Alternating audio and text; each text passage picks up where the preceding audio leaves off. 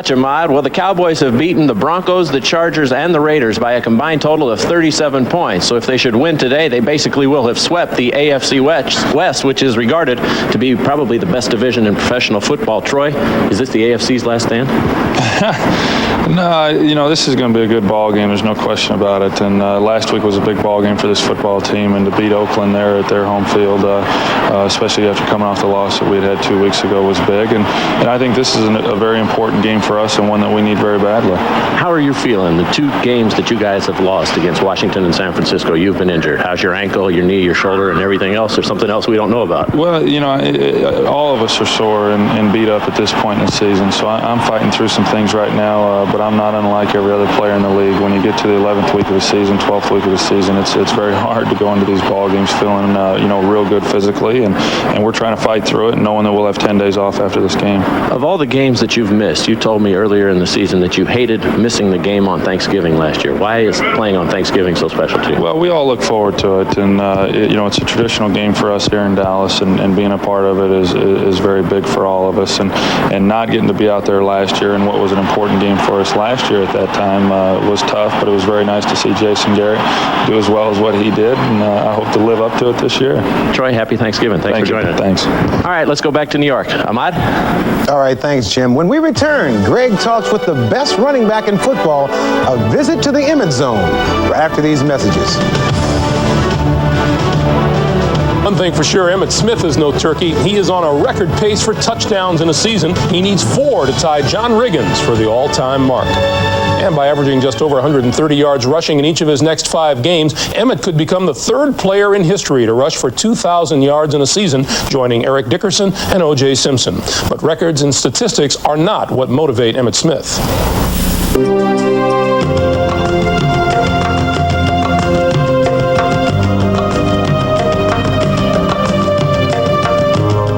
A 2,000-yard rushing season. Are you a guy who says, well, that'd be nice if it happens along the way? Or are you the kind of guy who says, yeah, I want that, and this is my best year to get it? I'm the kind of guy that say, yeah, that would be nice along the way of winning games and winning Super Bowl. I would rather sacrifice that 2,000-yard season for another shot at Super Bowl win any day. What is the difference between a Dallas Cowboy coached team by Jimmy Johnson and the team coached by Barry Switzer? Probably a team coached by Jimmy Johnson is walking on eggshells. Really and truly. Probably walking on eggshells, not knowing if they make a mistake, something drastic could happen with your career or your future with the Cowboys. A team with Barry Switzer might be a team that's probably laid back a little bit, but at the same time focused, and might have more than one chance to make a mistake. Emmett breaks a tackle. Touchdown! You keep every football that you ever score with. Why? Basically, I have. Just getting the habit of doing it. My father one day told me that I might want to keep those footballs that I scored. They might be worth something someday. And not only that, but my kids someday, if I'm fortunate enough and blessed enough to have kids and a beautiful wife, they have a lot of footballs to play with. I won't have to worry about going to the hardware and still getting some football. I like Emmitt Smith because he's the best player in the world.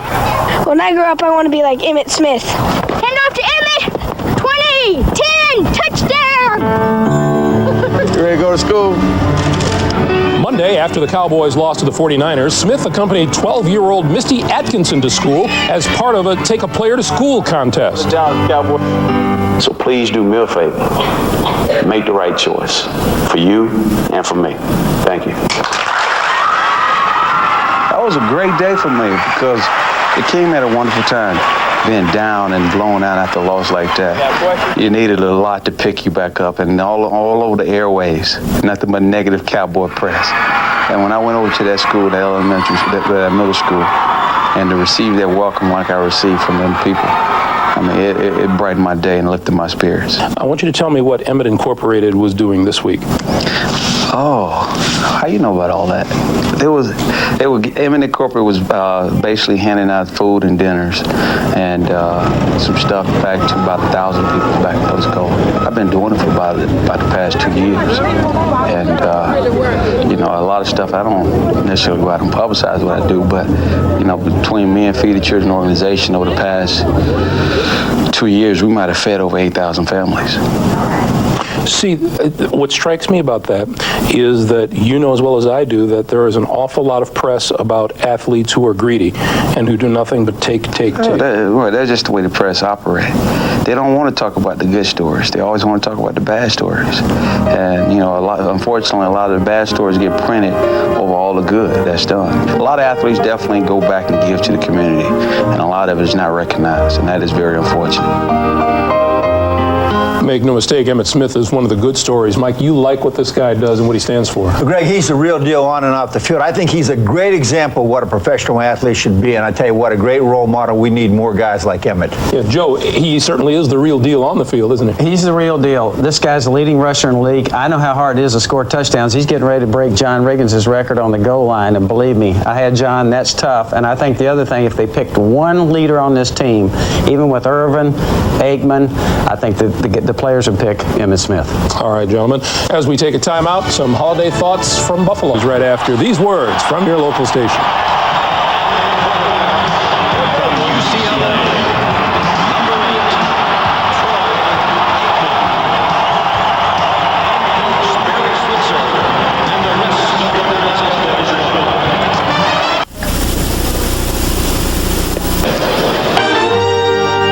Kansas City Chiefs own the NFL's best record, yet not everyone has labeled them the best.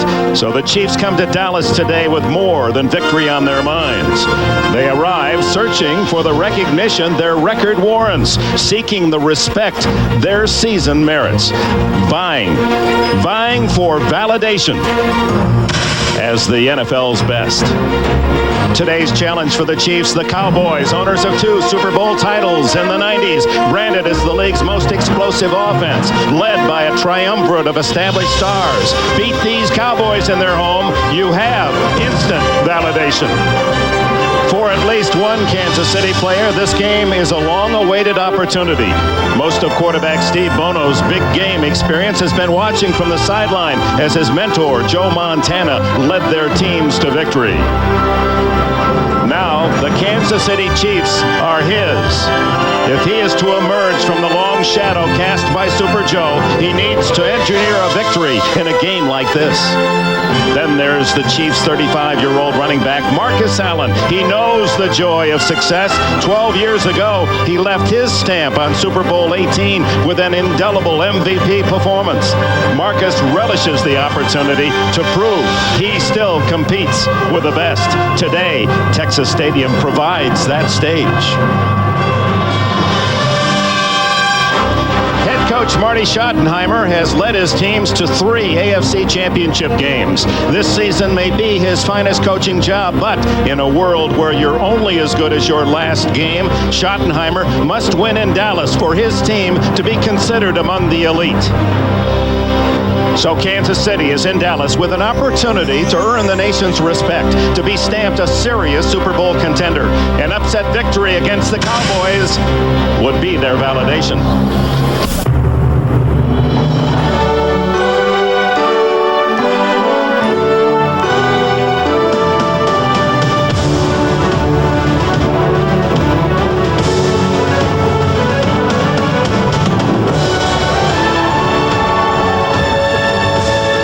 Beautiful Thanksgiving Day in Big D, Irving, Texas, and famed Texas Stadium sold out to see the teams with the best records in football. Kansas City 10-1, a record 7 consecutive wins against the Dallas Cowboys 9-2. The tradition continues on this Thanksgiving Day, and we wish all of your loved ones and your friends the very best on this day. And if you're just enjoying a little dessert, we'll keep some off the side. We're all coming home eventually. Marty Schottenheimer looking for that validation. And we talked to him yesterday. He had many ways in which he figured Kansas City could win. Most important thing he said was, I believe that my 46 players are better than Dallas's 46. He also said right after that predicted on his 46 players, he has the best depth he has ever had on a football team. Now, they interchange everywhere, offensively and defensively. Obviously, they don't interchange a quarterback. But he also said this. He said, you think about their starting 22, they may be a little bit better than our starting 22. Now, how do they beat the Dallas Cowboys? Let's take a look at defensively. They have to do it there. The one thing they have to do, not allow the big play, and most importantly, and this is most importantly, Phil, you cannot let Emmitt Smith beat you with the big play. You got to try to slow him down. Well, you're right, Paul. And I think what they're going to do here, they learned something from the San Francisco 49ers a couple weeks ago, who came in here and played aggressive, especially on the receivers, Michael Irvin. Look for Kansas City defense to hit him, to double cover him, and also look for Mark Collins, the safety, to walk up on Jay Novacek to beat him around the line of scrimmage. So Troy Aikman has to hold on that ball just a second longer. On offense, look for Kansas City offense to run it hard at this Dallas defensive line that is beat up and has injuries. That's where they have to have success. That could be critical because the Cowboys had no less than 22 players listed on the injury list for the NFL office prior to this game, with more on that includes some prime players. We go down to the field and Jim Gray. All right, thank you very much, Dick. Well, special teams could really be a problem for the Cowboys today. During the warm-up, punter John Jett had to leave the field. He was taken back.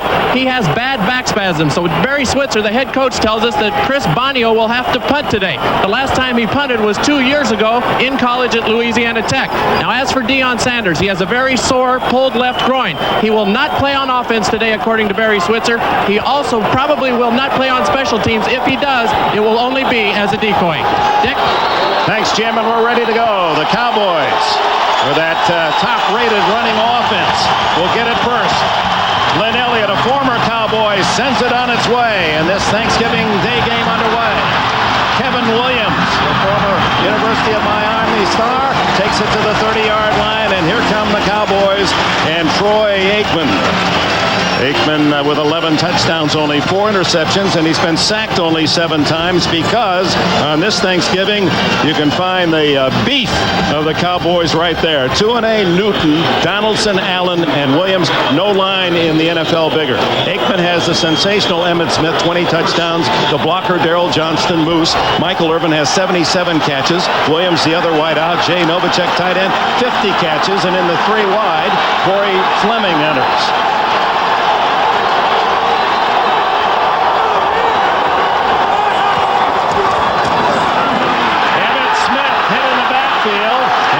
Struggle back to the line of scrimmage. Sally Amua was able to invade, make the initial hit. Simeon finished the job at the 30. Here are the men in red, and they have many fans from Kansas City here at Texas Stadium. Neil Smith, Joe Phillips, Sally Amua, and Booker, the front 4. George Jameson, Tracy Simeon, and All-Pro Derek Thomas. The backers, Carter and Hasty at the corners. White for the injured Brian Washington starts, and Mark Collins, the former Giant. Bayless and Anderson come in their nickel. 2nd and 10. Smith has 7 before Mark Collins can make the tackle. William White assisting. It'll be 3rd down and 3. Just take a look at the hole. This is a little bit of a delay to Emmitt Smith, but the hole is right there. I mean, here's a guy that Nate Newton told us. He says, this guy runs the daylight. You give him a hole, there's the hole. You get upfield, you can't get back to him. Emmitt Smith looking for a possible 2,000-yard season. It's within his grasp. He'll have to have a sensational finish, and he'll probably set the record for most touchdowns in a year. 24, John Riggins is the current mark. He has 20 already. Kendall Watkins, a second tight end a rookie from Mississippi State. 3rd and 3. Aikman's first throw, complete to Novacek. First down at the 43. Simeon and Collins on the hit. Good job by Troy Aikman right there, finding a little soft spot in the zone. Jay Novacek, watch him right here. He's going to go down and hook up right here. The fullback in the flat makes the defense pick a receiver. You see right there, Troy Aikman, good timing, puts it right where Jay Novacek can catch it and can't be knocked away. No one in the 90s, tight ends caught more than Novacek. And he has 51 already this year. On first down, fake to Smith. Aikman eludes the rush. And Michael Irvin has his first catch. And a first down at the Kansas City 43. Now, Phil, I'm seeing something a little bit different that I didn't think I would see in this ball game. I'm seeing both corners, Phil, playing man-to-man. That time, James Hasty. Well, that's something they wanted to do. They wanted to come out here today and play Michael Irvin one-on-one. James Hasty right there had him one-on-one, and Michael did a good job of driving him off and doing that comeback, something the Cowboys are famous for. As you can see, James Hasty trying to jam Michael Irvin at the line of scrimmage, lost sight of where he was. That's why he was so wide open. 14 yards on the play. Aikman again to throw. He's going long, has a man open, and knocked away Dale Carter from Michael Irvin. Well, there's your one-on-one coverage again. Now, when you take a look at Carter playing Michael Irvin, you talk about closing. The ball had a little bit too much here and enabled Carter to get there. The ball actually hits Michael Irvin in the chest, but Carter had his hand up, did a great job. Well, something the Cowboys said they wanted to do today is come out and throw the ball deep early. Right there you see a little stutter goal by Michael Irvin. He gets away from Dale Carter, but Dale Carter, like you said, Paul, has great speed, makes it up. Carter leads the Chiefs 4 interceptions this year, made the Pro Bowl last year from Tennessee. 2nd and 10 to Smith. Nothing inside, so he goes outside, cut down, just as he was picking up steam at the 38-yard line. Dale Carter made the stop. Emmitt Smith, he has credited the fact that he takes 2 full body massages a week for his being healthier at this stage of the year than past seasons. Well, that would make me feel good to get a couple of body massages every week, but that is one of the keys, and he's kind of learned that, I think, over the years. Take better care of yourself during the week so you can avoid those little injuries. Thurman Thomas, he said, if you're listening, get 2 full body massages a week and you'll feel a lot better. 3rd and long 4 with Novacek in motion. Underneath. Michael Irvin, first down, as he eludes the hit from Derek Thomas, steps out at the 29. Now, Phil, I'm going to tell you something. I don't care you can say about it what great receivers and all the stuff that is happening, but when you are Troy Aikman and you have this much time, and look how long it takes to run this play. Well, that's right. Time is always an important aspect of the passing game, but something new the Cowboys are doing, still on the page from the 49ers, Michael Irvin running those short routes across the middle, letting everybody else clear it out, and Troy Aikman getting the ball to him. And Irvin's been in a funk, as described by the people here in Dallas, ever since that 49er loss in Dallas. He wouldn't even talk to us. That's unusual. Emmitt Smith dragged down by Thomas on first down at the 27, a yard, maybe 2 on the play. Well, something the Kansas City Chiefs defense was telling us and the coaches, they had to keep the Cowboys out of 3rd and 3 and 4. That's where they're their best. And right here you see Derek Thomas coming up, trying to make the play, does a good job and keeps Emmitt Smith from getting outside. Thomas, who's made his reputation as a great pass rusher, has 7 sacks again this year, but doing more tackling. He's had more tackles this year than in many seasons past, being employed as the complete linebacker. All 3 first downs by pass for Aikman on this opening drive. Underneath Irvin, hit immediately by Carter at the 21, where it'll be 3rd down and about 2. Well, something interesting we're seeing so far, Michael Irvin right now, every time Troy Aikman drops back to pass, he looked at Jay Novacek one time, but Michael Irvin is always the primary receiver in their passing game. We watched them practice Friday and yesterday, and I made the comment to Dick and Paul. He threw about 20 passes, and 18 of them were to Michael Irvin. 10th play of the drive as Irvin is out. Watkins replaces him. He weighs 300 pounds, a tight end, number 83. The 10th play of the drive, and then Smith easily picking up the first down inside the 15. And that young Watkins threw the block. And the Cowboys, no one better than Dallas in that red zone inside the 20. 68% touchdowns in 44 trips inside the 20. Well, when you can run the football like they do, that's one of the reasons why they have great success. And also, they protect the passer, who is a precision thrower, and they have a great receiver, Michael Irvin. That all leads to success. Opening drive over 6 minutes long. And Emmitt Smith has 5, and he has a touchdown. Number 21 for Emmitt Smith.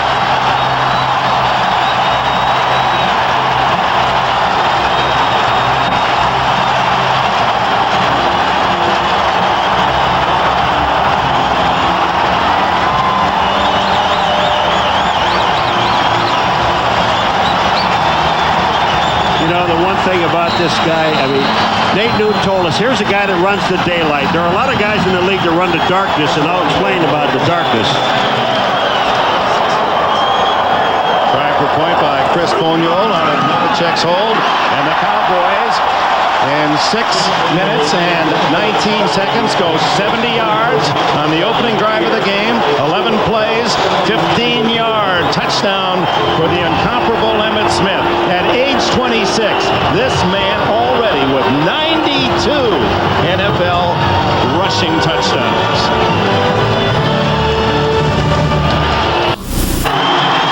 We talked in our opening tease about the talented triumvirate here in Dallas. Well, on that opening drive, Aikman 4 for 5. Emmitt rushed for 35 yards and a touchdown. Irvin 3 catches, 29 yards.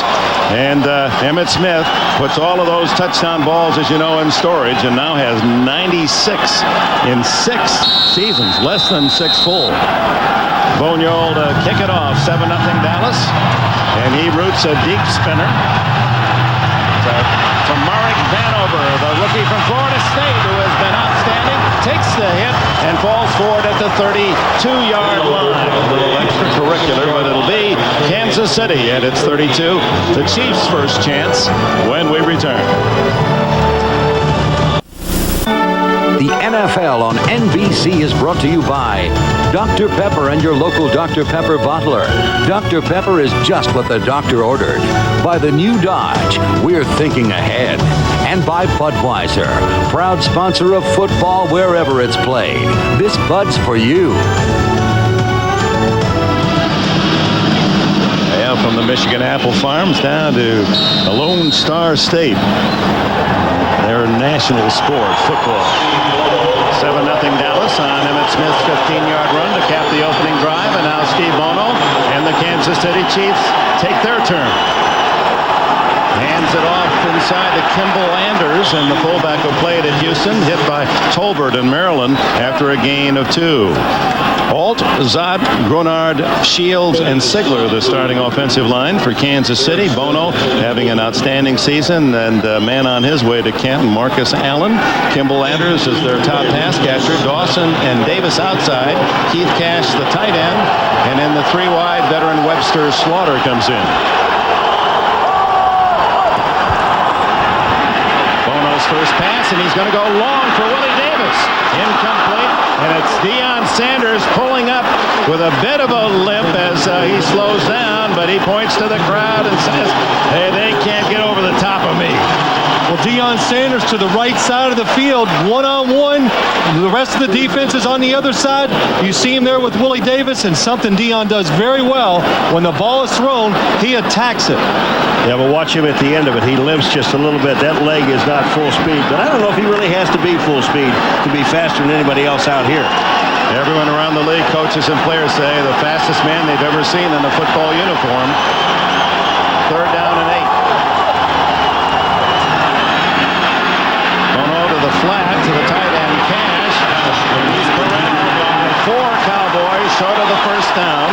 A gain of only 3. The defense for Dallas, Tolbert, he's one of the many on that hurt list. Maryland, Hennings, you know, Leon Letts on suspension, and Charles Haley second in the league with 10.5 sacks. Edwards, Miles for the injured Robert Jones at middle linebacker, and Smith, Sanders and Brown at the corners, Marion and Woodson at safety. Woodson leads in tackles, and in the nickel Bates, Scott Case, Bates, and Bailey come in. Robert Jones watching from the sidelines as 3 and out, and Louis Aguiar sends a very high kick to Williams, doesn't call fair catch, and able to pick up 5 yards on the return to the 25, a 41-yard punt. Midway through the opening quarter, 7-0 Dallas. So what's it going to be, Deion? Football or baseball? Both, boss. Both? Both. Offense or defense? Both. Both? Both. Both. Both. Pizza Hut. Meat lovers or stuffed crust pizza? Both. Both. Both. Want it all? Now Pizza Hut offers our lovers line toppings. Meat lovers, pepperoni lovers, or supreme. Piled high in a stuffed crust pizza. So what'll it be, Deion? 15, 20 million? Both. Both. You'll love the stuff we're made of. Emmitt Smith, who has more touchdowns himself than any team has rushing this year, 21 for Emmitt. Look at Deion Sanders and the high thigh bandage. He has the groin injury. And earlier today in a scoring fest in Pontiac, Detroit prevails over Minnesota 44-38. Scott Mitchell threw for 410 yards. Aikman underneath Johnson. Flag is down. It appeared that Kevin Williams on the right side might have been off early. So the Moose, a short gain, and he treasures every chance he gets to handle the ball. He's carried only 19 times and caught only 20. Jerry Austin signals illegal motion against Dallas. Johnson, who is one favor throughout the country, even gets fan mail from Saudi Arabia, so his mother is doing a quarterly newsletter. The Moose Call goes out around the nation, and he's quite a guy. As you look at Jay Novacek, who compliments this wonderful offensive attack. It's just Jimmy Johnson once put it, how do you want to die, slow or fast? Pick your poison, that's what he says.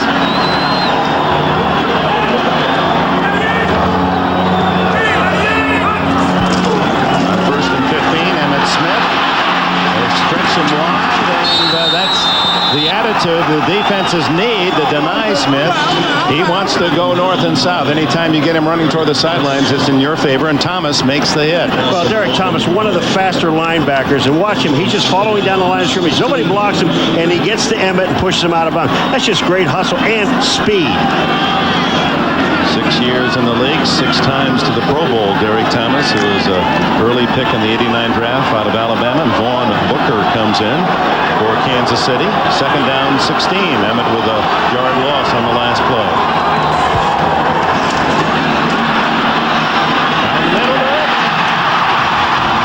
And that'll be good enough for a first down at the 36-yard line.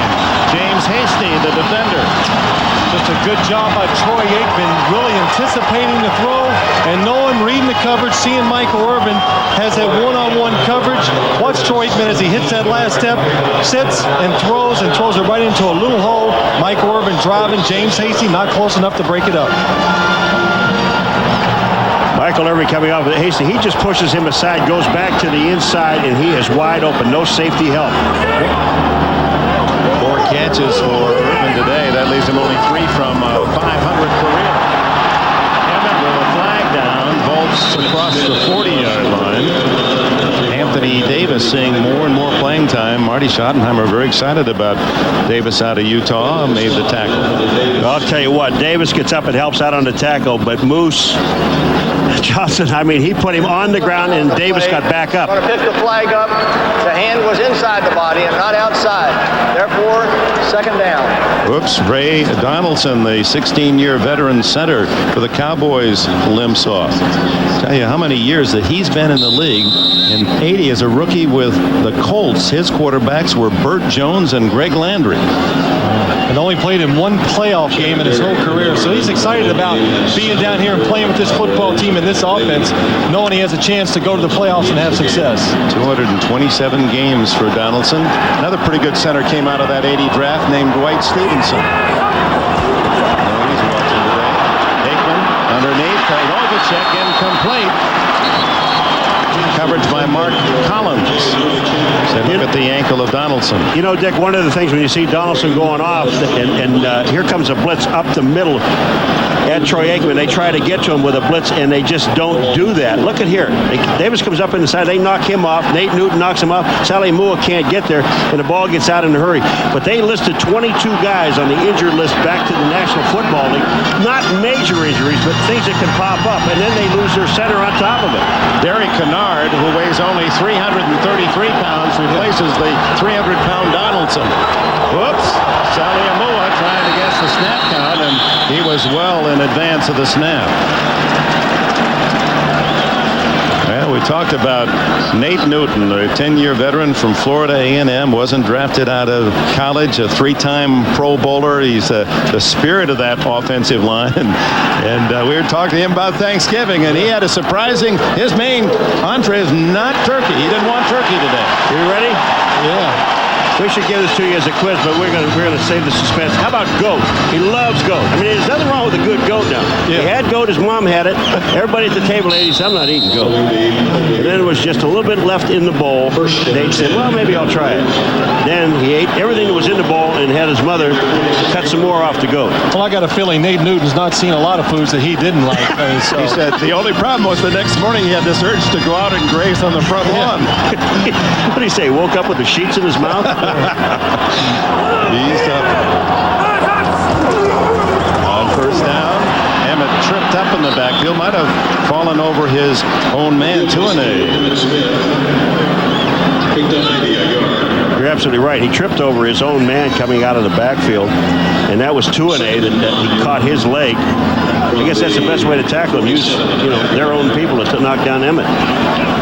The one thing we saw, or the Kansas City coaches told us before the game, they thought their front seven could maybe stop this Dallas running game. So far, they have not done that. And if they bring a safety up, look for Troy Aikman to go deep. 2nd and 9. The blitz. Aikman reads it. Throws to Irvin. First down at the Kansas City 42. Excellent job of the Dallas offense just picking up the blitz. Giving Troy Aikman an extra time, one-on-one coverage outside. Look right here, watch the Dallas offensive line. You see the linebackers coming. Look at all the linemen stay in their lanes. Emmitt Smith doing a good job picking up the blitzing linebacker. And now here, James Hasty, one-on-one with Michael, trying to be physical with him. But look at the timing. As soon as he turns out, Troy Aikman has the ball right there. You can't stop that kind of execution. Oh, what a 1-2 punch. Smith has 40 yards rushing. That's already 57 yards receiving for Michael Irvin on 5 catches, and Aikman right on the money. Back he goes to the air. Dumps it to Emmett. He throws George Jamison, and Mark Collins came up from safety to knock him out of bounds, and Emmett held his shoulder for a moment, but he's okay apparently. This is unfair to have Emmitt Smith come out into the flat on George Jamison, the linebacker, and expect the linebacker to make this play. Watch Emmitt Smith. Here's the move. One inside, back outside. See you, George. Then Collins comes in and makes a play. Emmett does land on his elbow more than his shoulder, and it looked like, thank God he had a pad on there. And Vaughn Booker put a hit on Aikman as he delivered. Aikman is 7 for 9. Emmitt Smith. And he battles his way. Looks to be good enough for a first down at the 31-yard line before Dale Carter can make the stop. Well, the Kansas City Chiefs right there maybe expect and run, but what they're doing now, they're starting to walk up that extra guy in there, trying to stop the Cowboys from having success. Ray Donaldson will go back for x-rays on that right ankle. Barry Switzer, a 58-year-old head man here in Dallas. He's used to working on Thanksgiving Day. Of course, at Oklahoma, many Thanksgivings involved with the Oklahoma-Nebraska battles.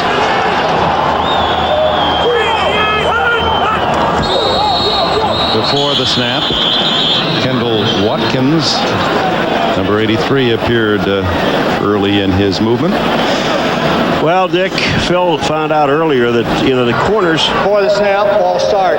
Number 84 of the offense, 5 yards. It's still first down. Hasty and Carter went to Marty. They wanted to double up on these guys on the outside. He says, that's a personal affront to us. I mean, that's an embarrassment. And they said, wait a minute, Phil, what? Yeah, that's right. I want to cover man-to-man? Yeah, Dale Carter and James Hasty said, we can cover these receivers, and Michael Irvin one-on-one, we can be physical. You don't have to double them. And he said, that you're taking away our courage and whatever. So they come out here, they're not having success, Paul, covering Michael Irvin one-on-one. I would now ask for some help. Help. First and 15. Nearing the end of the opening quarter. It's Novacek with a catch. George Jamison, the linebacker, on him at the 30-yard line. That'll bring up second and almost 10. With all of this stuff all said and done, and we got a minute and 37 left to go in this first quarter, the most important thing that is not happening, you're not getting into Troy Aikman's face. And if this guy is one of the best quarterbacks in the National Football League, and you let him sit back there and throw to whoever he would like to, you don't have a chance of winning this football game. 2 impressive drives. The first led to a 70-yard drive to touchdown. Smith 15 with a payoff. Emmett Smith changes directions, but right into some red shirts. Darren Mickle, 92, had invaded the backfield of the Cowboys. And Keith Traylor. Keith Traylor, 94, was the guy that really makes the play first. And these two guys, Mickle and Traylor. And that was the thing about the 46, Dick. They enables this team to bring in some fresh people. Well, rare third and long for Aikman, Phil. Well, that's something this Kansas City defense wanted to get Aikman and the Cowboys in. 3rd and 10 plus. Hard to do when you got a running back like Emmitt Smith. But I expect them to play it safe, make him catch it underneath. A pump and go. Irvin, touchdown! What a catch!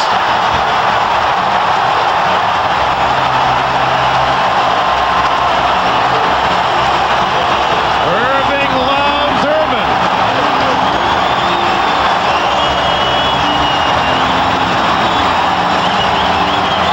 The coverage appeared to be as good as you could ask of an NFL corner. Well, the guy I thought that was going to get there was Collins. I thought Mark Collins, number 25, had an opportunity to get into that corner and break up the play because it was obvious he read it.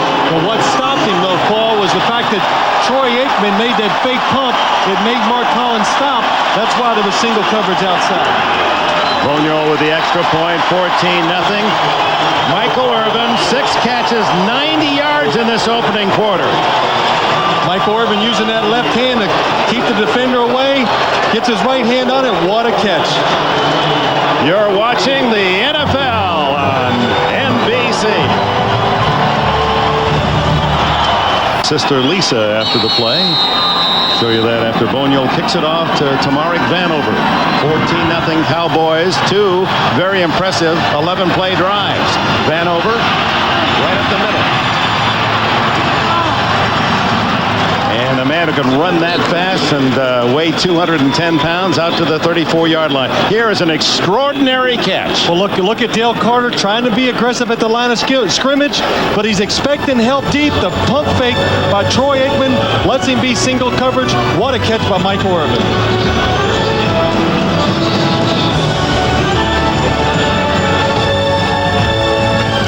Sunday at 12:30 Eastern, an NFL on NBC doubleheader. First, Jim Kelly, Bruce Smith, and the AFC East leading Bills host Drew Bledsoe and the Patriots.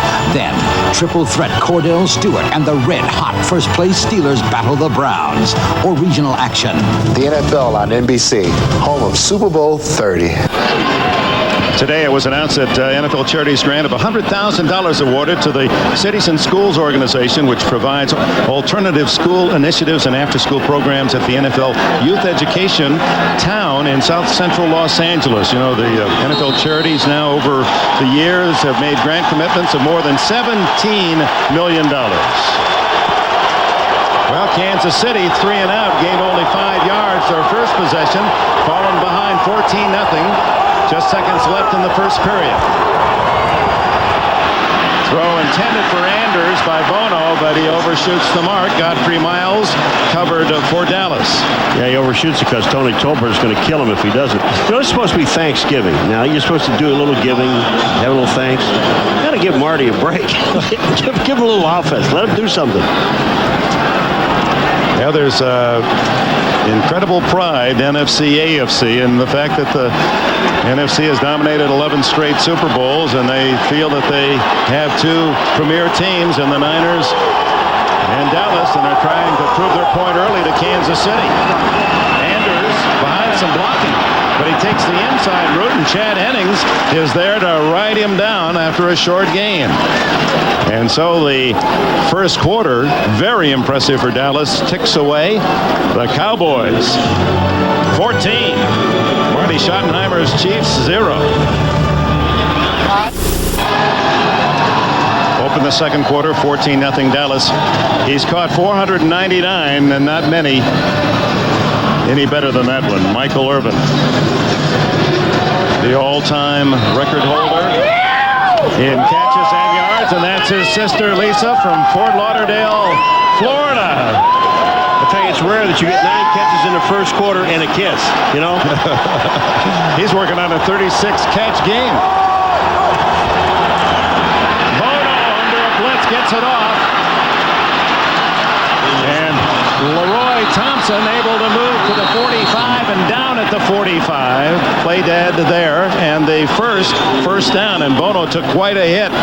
Darren Smith was in on him. Well, Kansas City guesses right here. They got a screenplay against the blitz. Nobody's blocking. Darren Woodson coming in from Bono's left.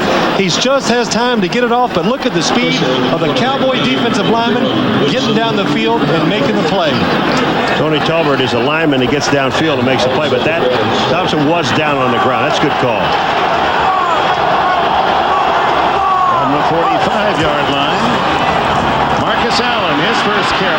And he drives into Dallas territory, a pickup of 6 before Dixon Edwards can make the stop. Surprisingly, when we talked with Marcus in his 14 years in the league, never played on Thanksgiving. He said, I don't recall ever having a chance to play on Turkey Day. 577 yards to lead Kansas City, and of course moving up the ladder of all-time touchdowns. 124 total touchdowns for Marcus. Caught in the backfield and a loss of a yard as Maryland and Hennings, the two tackles, able to knife through. Let's take a look at Allen on the elite list of touchdown makers in NFL history. Jerry Rice continues to forge ahead. Great Jim Brown and Walter Payton, and now Marcus Allen just a couple away from moving into the second spot. You understand, Ray Donaldson fractured ankle, and Donaldson obviously will not return. 3rd down and 5. Bono. Long for Lake Dawson and covered by Deion Sanders. And the Chiefs have to punt again. Well, the Kansas City Chiefs told us that they were not going to shy away from throwing a ball against Deion Sanders. Lake Dawson, single coverage, tries to give him a move, but does not fool him. And there you can see Deion Sanders, no matter if you do fool him, he still has the speed to make it up and stay with you. I'll tell you one other thing. You better not throw that baby inside on him, because if you throw it inside on the playing field, he's got it. And that he is Deion. Aguiar to punt to Kevin Williams. High spinner that Williams calls for the fair catch at the Dallas 15-yard line. Timeout. 12:52 remaining in the opening half. I'm trying to say you're full of gas. Not at all. Okay. Back goes Aikman. And it's Irving's 500th career catch. He's out to the 21-yard line. He earlier this season passed Drew Pearson, who had 489. In fact, that was last week. And he moved ahead of Tony Hill's all-time yardage. He's out about 8,200 yards receiving, and just 29 years old. I'm going to tell you, he's been here forever. Dick, the way these guys are breaking records and putting balls away, they're not going to have enough balls to finish the season. You only buy so many, don't you, at the beginning? Urban unhappy that his streak of 100-yard games was broken in San Francisco, and he's going to try to get 100 in the first half.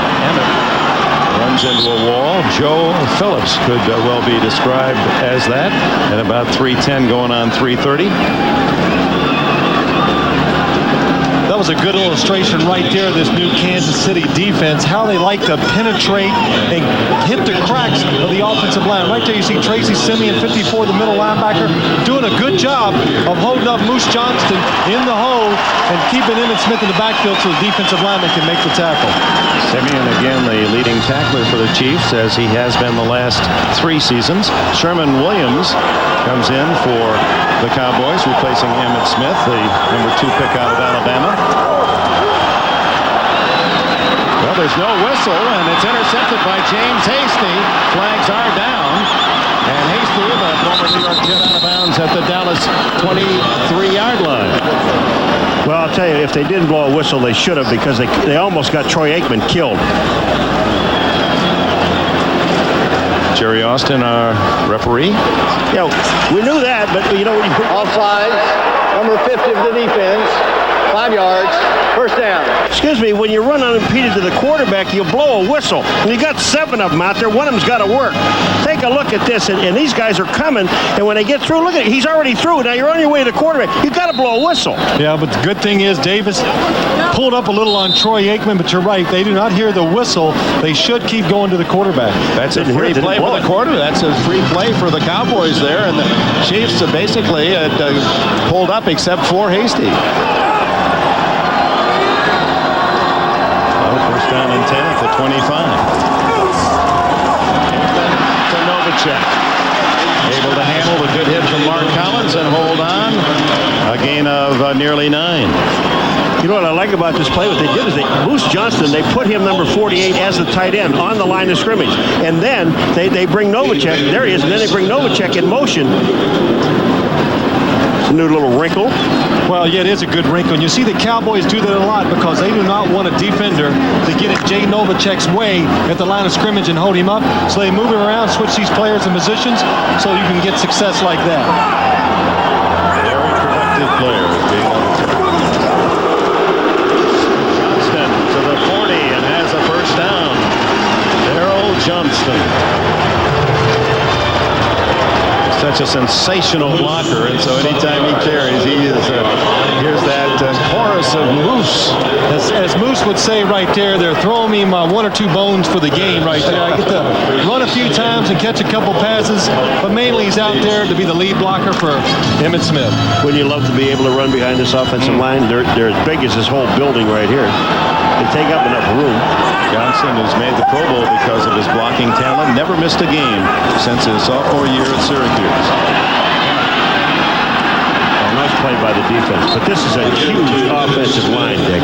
Simeon and Jamison make the tackle for no gain.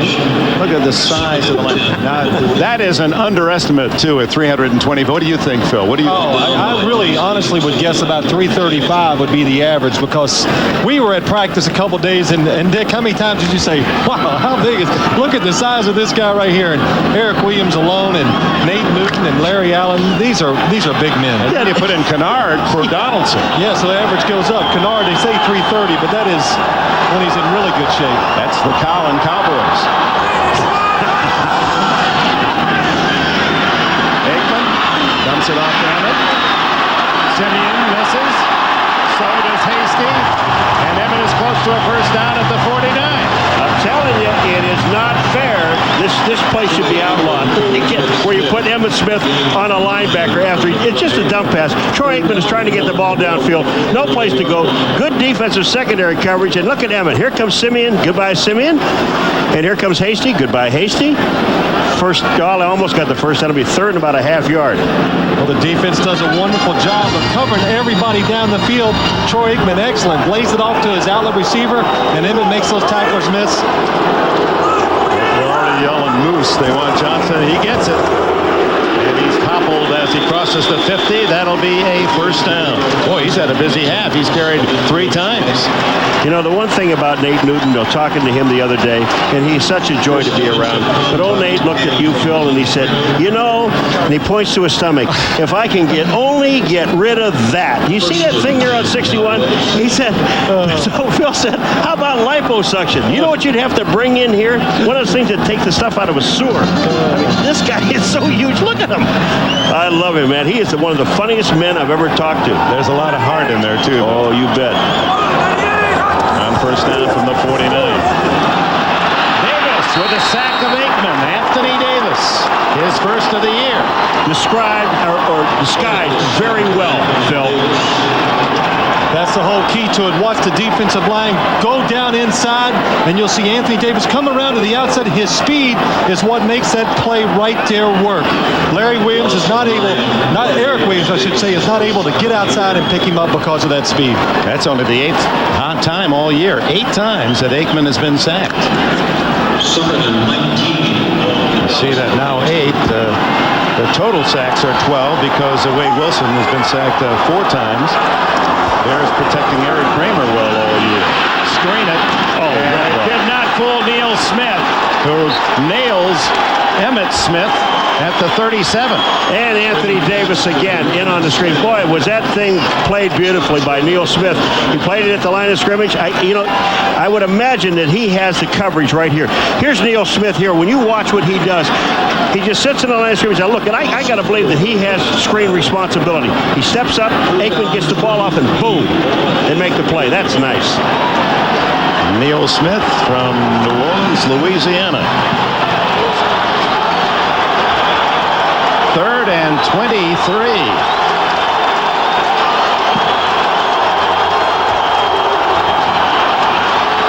Aikman throws as he's hit, and there's no one downfield. Kevin Williams was the closest Cowboy, and for the first time, Dallas has to punt. Dallas punts fewer times than anyone, and this may be part of the story today, although James Jett does come in. All right, here's Neil Smith again on that screen. Now watch, that's his responsibility. He sees Novacek standing there, then he reads screen, gets up in there along with Davis, and they make the play. That's just good hustle by the defense. Something they needed, down 14-0. Jett had back spasms in practice, and they were worried he wouldn't be able to punt. Let's see how he does here. Oops, slaps it off the side of his foot, but it takes a good Dallas bounce to Vanover. Turns the corner and is hit hard out of bounds at the 35-yard line. 40 on the punt, 12 on the return for a very exciting young player, Tomerick Vanover from Florida State. T-Mark giving it his all, and Davis takes him out of bounds. The NFL on NBC is brought to you by Chevrolet, the cars and trucks 36 million people depend on every day. Genuine Chevrolet. By Compaq Computer Corporation. And by Dr. Pepper and your local Dr. Pepper bottler. Dr. Pepper is just what the doctor ordered.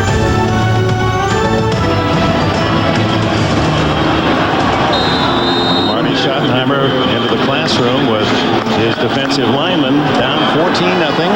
Dallas leads with 6:21 left in this opening half. Chiefs, after the kick return, punt return, start at their 34. Bono inside handoff, and it's Kimball Landers stuffed by Godfrey Miles. Miles playing for Robert Jones at middle linebacker. Jones with a groin injury and an inner ear infection. Some real bad dizzy spells. There's Miles, Florida graduate. Look at the total yards. 20 is all for Kansas City. 1 first down. There's Robert Jones.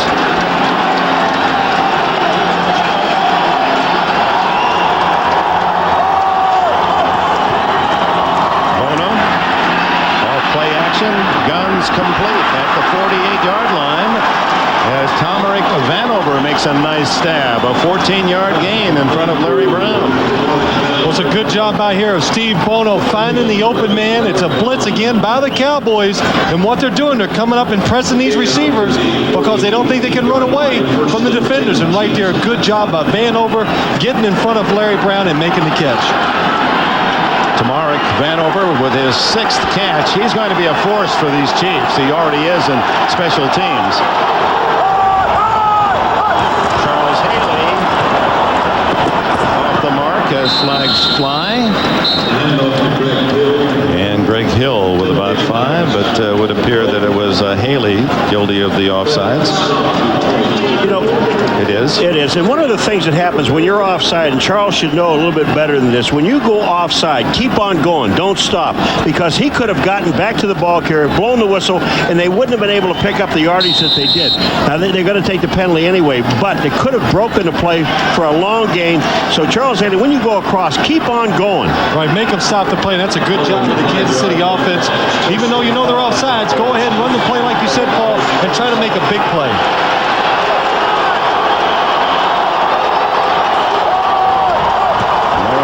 As Andrews goes in motion over the middle, complete to the tight end, Keith Cash. First down at the 36. 26-yard line. Darren Woodson, who leads the Cowboys in tackles, has another. This is the one thing I think Kansas City really wanted to do, Phil, is to throw some underneath stuff, some 5-yard junk. And that's what they did right there. It was really like a page out of the 49ers offense, something that Kansas City likes to do, run that short passing game. Nobody in the backfield, spread the defense out and throw underneath it. Lake Dawson to the right, Vanover left.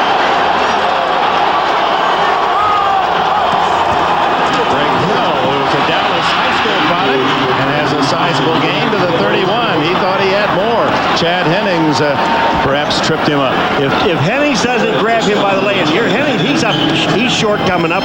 But watch this, 95, Chad Hennings, he reaches out right here and grabs that leg and gets back onto his heel. Otherwise, Hill might have been gone. Here's another injury. So Hennings at a position that's already thin with Leon Lett suspended. And Tony Tolbert has been limping. On 2nd and 3, Bono trying to hit Greg Hill, incomplete. Tony Tolbert messed up the play as he was in Bono's face. Yeah, but there was supposed to be a fake here, the Kimball Anders. And what happened that time, Anders ran so far inside that Bono couldn't make the fake, so he didn't fool anybody on the play. This thing has to be a play-action pass. Watch Bono. Watch when he stretches here at Kimball Anders. He's not even close to the ball. From that angle, it's very hard to see. But now, with defenders in his face, now it's hard to throw the ball over to a shorter man, Hill. 3rd and 3. Hill battling to the 26-yard line. First down, it would appear. Darren Smith and Brock Marion ride him down. This young Hill is really, it's a big day for him. He's born and raised in Dallas.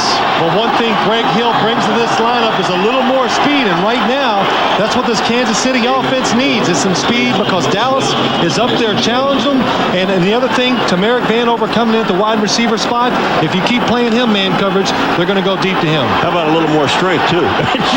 He took a couple of people to get that first down.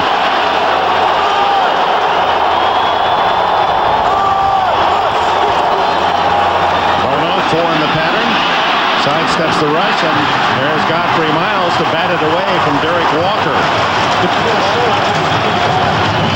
Boy, Bono's got, it's a lot easier for us to talk about, but Bono's got to look at his backs coming out of the backfield, because that time there, if he throws the ball out to the outside, he may have a play.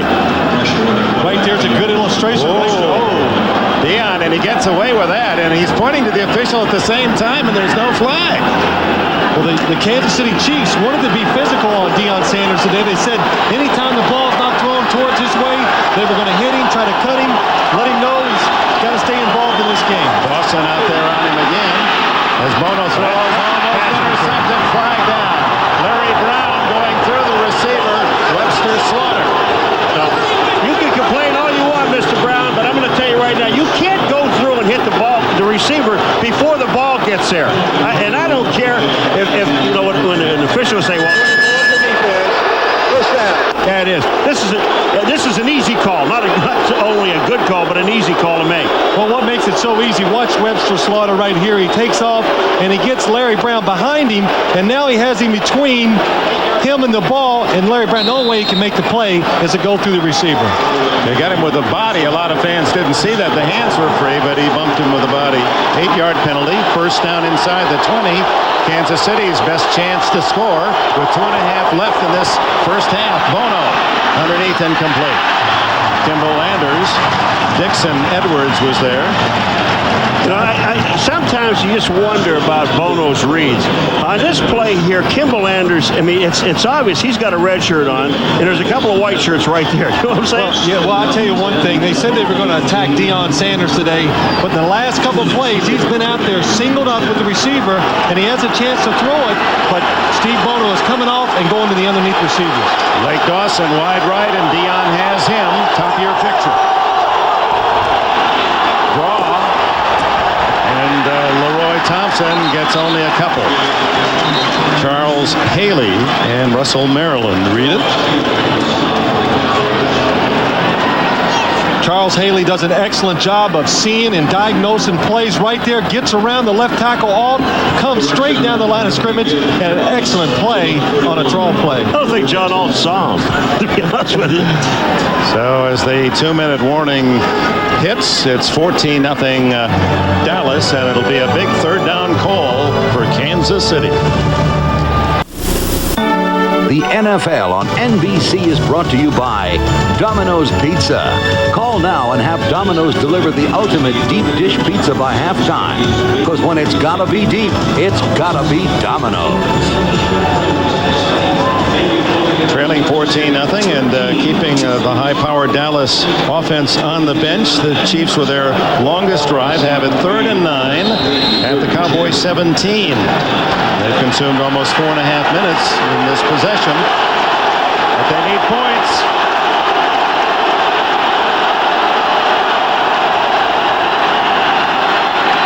Bono on the scramble, chased by Tolbert. Incomplete to Lake Dawson.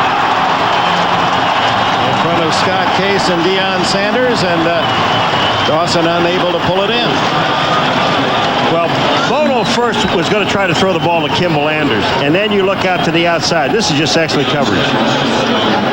Well, again, right there, if he would have had time, he might have had a chance to hit Lake Dawson for the first down. But again, the Cowboys overloading the defense and keeping Deion out there on an island, one-on-one. Lynn Elliott has missed only 3 of 20 all year. This is a 34-yard attempt.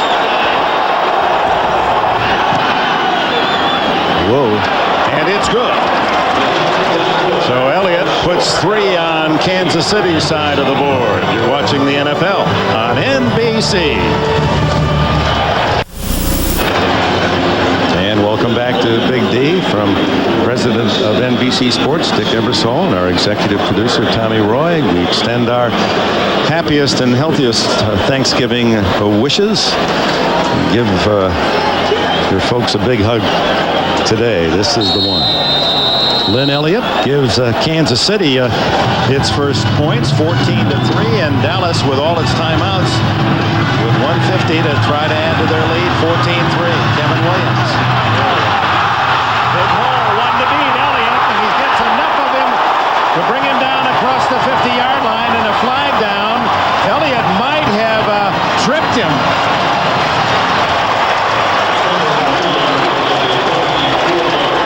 Yep, that's what happened. Elliott saved the touchdown. It'll cost them some more yards. Tripping, number 2. He's got to go in the wrong way. Team of the kicking team, 10 yards from the end of the run. We had it right, Dick. They were pointing the wrong way. They were pointing at Dallas. Well, it is against Dallas. Well, it's a good job. Yeah, but if they call right stripping here. right there, it should be measured the other way. They're going back. They've got to go back. They screwed it up twice. First on the call, then they took the ball down. Look at Barry Switzer saying, what do I have to do? Joe Alvizado, who's a special teams coach, said, I'll help you out, boys. Let me show you the direction. This thing goes north and south. We're going north at this time. They still don't have it right. Now they're finally marching it from the 50. Foul was kicking by number 2 of the kicking team, 10 yards from the end of the run, first down. So it's a 43-yard return by Kevin Williams. Elliott will take the 10-yard penalty. It saved a touchdown. It really did. Elliott just did anything he could possibly do to help get the runner down, and by sticking his leg out, he did save it. They're not in field goal range yet, but they have 3 timeouts, Dallas, with 1:42. Remember, once it was against Green Bay, Don Meredith on the sidelines tried that old tripping penalty to save a touchdown. One of the great Cowboys of yesteryear. Hope he's watching today. First down. Aikman dumps it underneath to Johnston, and Moose gets coupled to the 38. Simeon and Davis collaborate on the tackle. They spot it at the 47. Cowboys have all 3 timeouts and lead 14-3. It's really a critical spot for Kansas City. They don't want to go into the locker room down 21-3. They do get the ball to start the second half.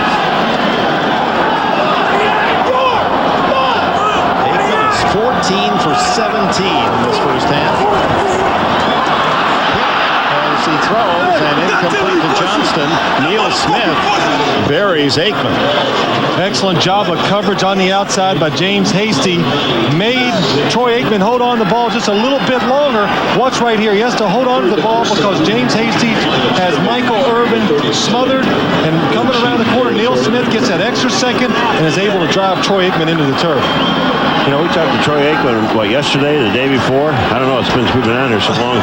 And he was talking about his back hurts, his groin hurts, his knee hurts, his arm hurts, his arm hurts. And that stuff doesn't help. It's really affecting his play today, isn't it? Yeah. 3rd and 7. And he gets it to Smith, incomplete. And again, it was Anthony Davis in on Aikman. I'll tell you, this Anthony Davis is putting a show on. You know, sometimes when a guy goes down and you have someone that steps up like Anthony Davis, number 50 does, this guy is coming. And you're not going to hold him out. He's blocked at the line of scrimmage. He gets in Troy Aikman's face. That's just excellent play. Mark Collins right there to knock the ball down. But here's the defense. Here he comes. Watch this. He's blocked by Emmett in Troy's face. Nice job. James Jett had the bad back and did not kick well. And so Chris Boniol will punt here. Just going to try to flop one down at the 10 where Vanover waits. His first NFL punt. Good. Terrific. Takes a Kansas City bounce, and the Chiefs will have it around the 17-yard line when we return. Reminder at halftime, Domino's Pizza NFL on NBC halftime report. You'll see the highlights of that high-scoring Minnesota-Detroit game earlier. Andre Rison, fans are critical of the Browns in Cleveland, and Rison had a rebuttal for the fans. That'll be part of the chat with our guys, Gumbel, Ditka, and Gibbs back in the studio. Well, one of the things that Kansas City here, they won't do anything stupid here, and put anything at risk, Phil, because they get the ball back in the second half. They do have 3 timeouts. Derek Thomas hasn't played since, I think, the first or second series of downs. They have 3 timeouts in 52 seconds, but they've got about 84 yards to go. Good news is they finally held Dallas 3 and out. Only 58 seconds possession for the Cowboys. Haley gets to Bono, and Bono just does unload, incomplete. Haley looking for another sack. He is second in the league with 10.5. Well, Charles Haley, one thing Kansas City worried about today, can John Alt block Charles Haley one-on-one right there? You saw a good spin move to the inside, gets to the quarterback, makes Bono throw it before he's ready. Nice tackle by Zott. After Haley got through Alt, Zott tackled him. He's tied with Andy Harmon of Philadelphia with Bryce Pop of Green Bay, 14 sacks here at the Thanksgiving break.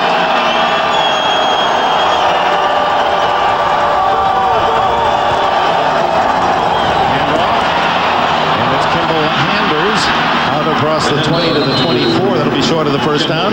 Timeout called by Bono. It's 14-3. Dallas.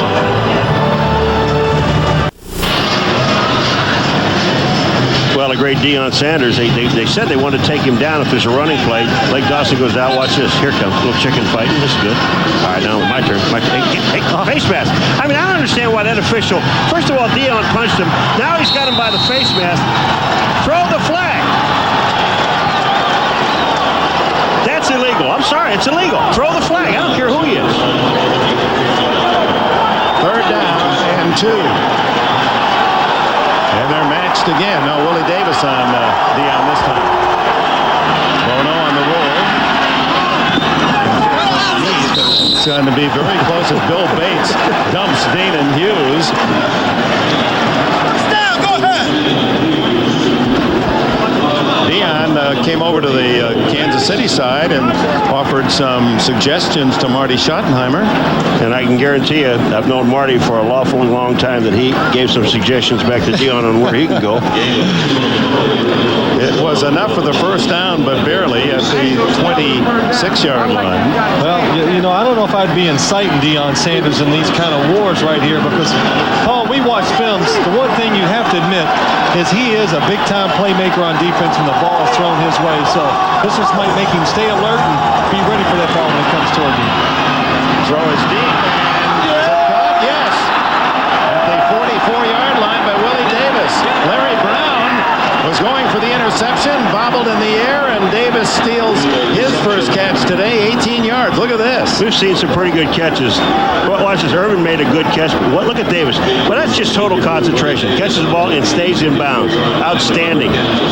Well, excellent job by Tim. But I tell you what, it's a bad job by Steve Bono throwing into coverage. He's very lucky that ball was not picked off and gave Dallas more points. 29 seconds left in the half. 14-3 Dallas. Very loose, deep defense for the Cowboys as Bono throws underneath and complete. Probably just as well. By the time the tackle would have been made by Darren Woodson, there'd been very little gain for Danon Hughes. But 23 seconds, is that still 23? Wasn't it 23 a little while ago? But whatever it is, if you take a look at the defense, where you must throw this ball, if you have that much time with 2 times, look at right in here, Phil. There is nobody back there in the middle. Take that 15 or 20 yards, then you get a chance. Now, look at the middle. It's open. They just didn't get anybody in there. Bono now 6 for 15 in this first half. He had a tough game against Houston on Sunday night. Underneath to Marcus. Marcus trying to get out of bounds and saves a timeout at the 45 of Dallas. And here they go again. Dion and Lake Dawson. Lake Dawson went after Dion, and he was a strong safety. Now we've got more people. Davis. Brock Marion's in fighting. Brock Marion's in it with Davis. They got hit. There's a penalty there. This is getting a little out of hand. They got to calm down, these little skinny people. Charles Haley pointing one way. Here that Tim Grunard was downfield too to help out with the block on Dion. Well, we saw the Raiders for a couple of games with the old chop block, right, going after the legs, which is totally illegal, so they eliminated that. And now you're saying one thing that we knew that Kansas City was going to do, go after Deion Sanders and hit him after every play. Now, there's nothing wrong with going on a running play, going downfield and hitting his safety or corner. There's nothing wrong. But don't go at his knees, and don't try to take him out that way. Flags both ways, which I hate. After this play was over, we have 2 fouls. We have number 84 of the red team striking the defensive player, but then number 31 of the defensive team retaliated. Yeah. The penalties will offset. Yeah. Willie Davis and Brock Marion. Yeah, well, my thing is don't throw it at all. Well, Marion, that's a good left hook. Marion was good first. Right. That's There's good right, good left. But what I don't understand, Nick, why do you want to hit a guy in a face mask and in a helmet that's like a rock? Why don't you hit him in the gut? Hit him in the throat. Hit him somewhere else. First down at the 45 with 15 seconds left in this first half. Bono, the quick slant to Vanover. And Tamari Vanover's all the way to the 20-yard line. Kansas City spends the timeout at the 8-second mark. 25 yards, Bono to Vanover. Excellent job by Steve Bono and Tamarick Vanover getting on the inside. That's where the holes are in this prevent defense. And when you talked about him earlier, once this guy gets his hands on the ball, he can make some plays. He's big and has wonderful speed. Well, it's so much easier going inside into the middle. Now, when you get in the middle, and Dick, when you talked about this guy earlier, when he gets his hands on the football, I don't care about it, whether punt return, kickoff return, or with the ball in his hand, and here comes Dion.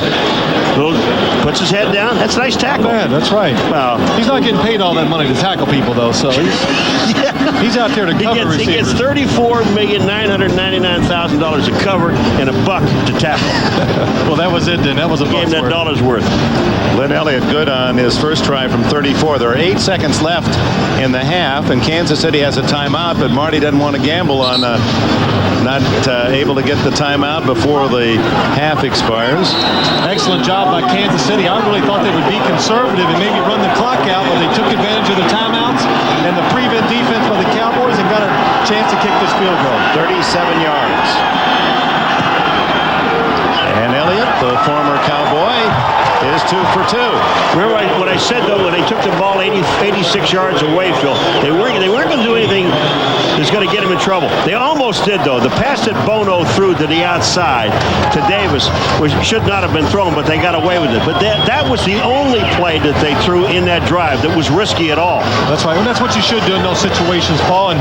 And we've set up here, and we've just seen the momentum of this game really shift. Kansas City's got the kind of pace that they want, a slower pace game. keeping the Cowboys from making those big plays on offense and defense. And Kansas City, Dick, second half, they are a very, very good defensive football team in the second half. And we'll get the ball to start the second half on the kickoff. So they've cut the Dallas lead to 8 points as Troy Aikman and Emmitt Smith and company. Not much work here in the second quarter.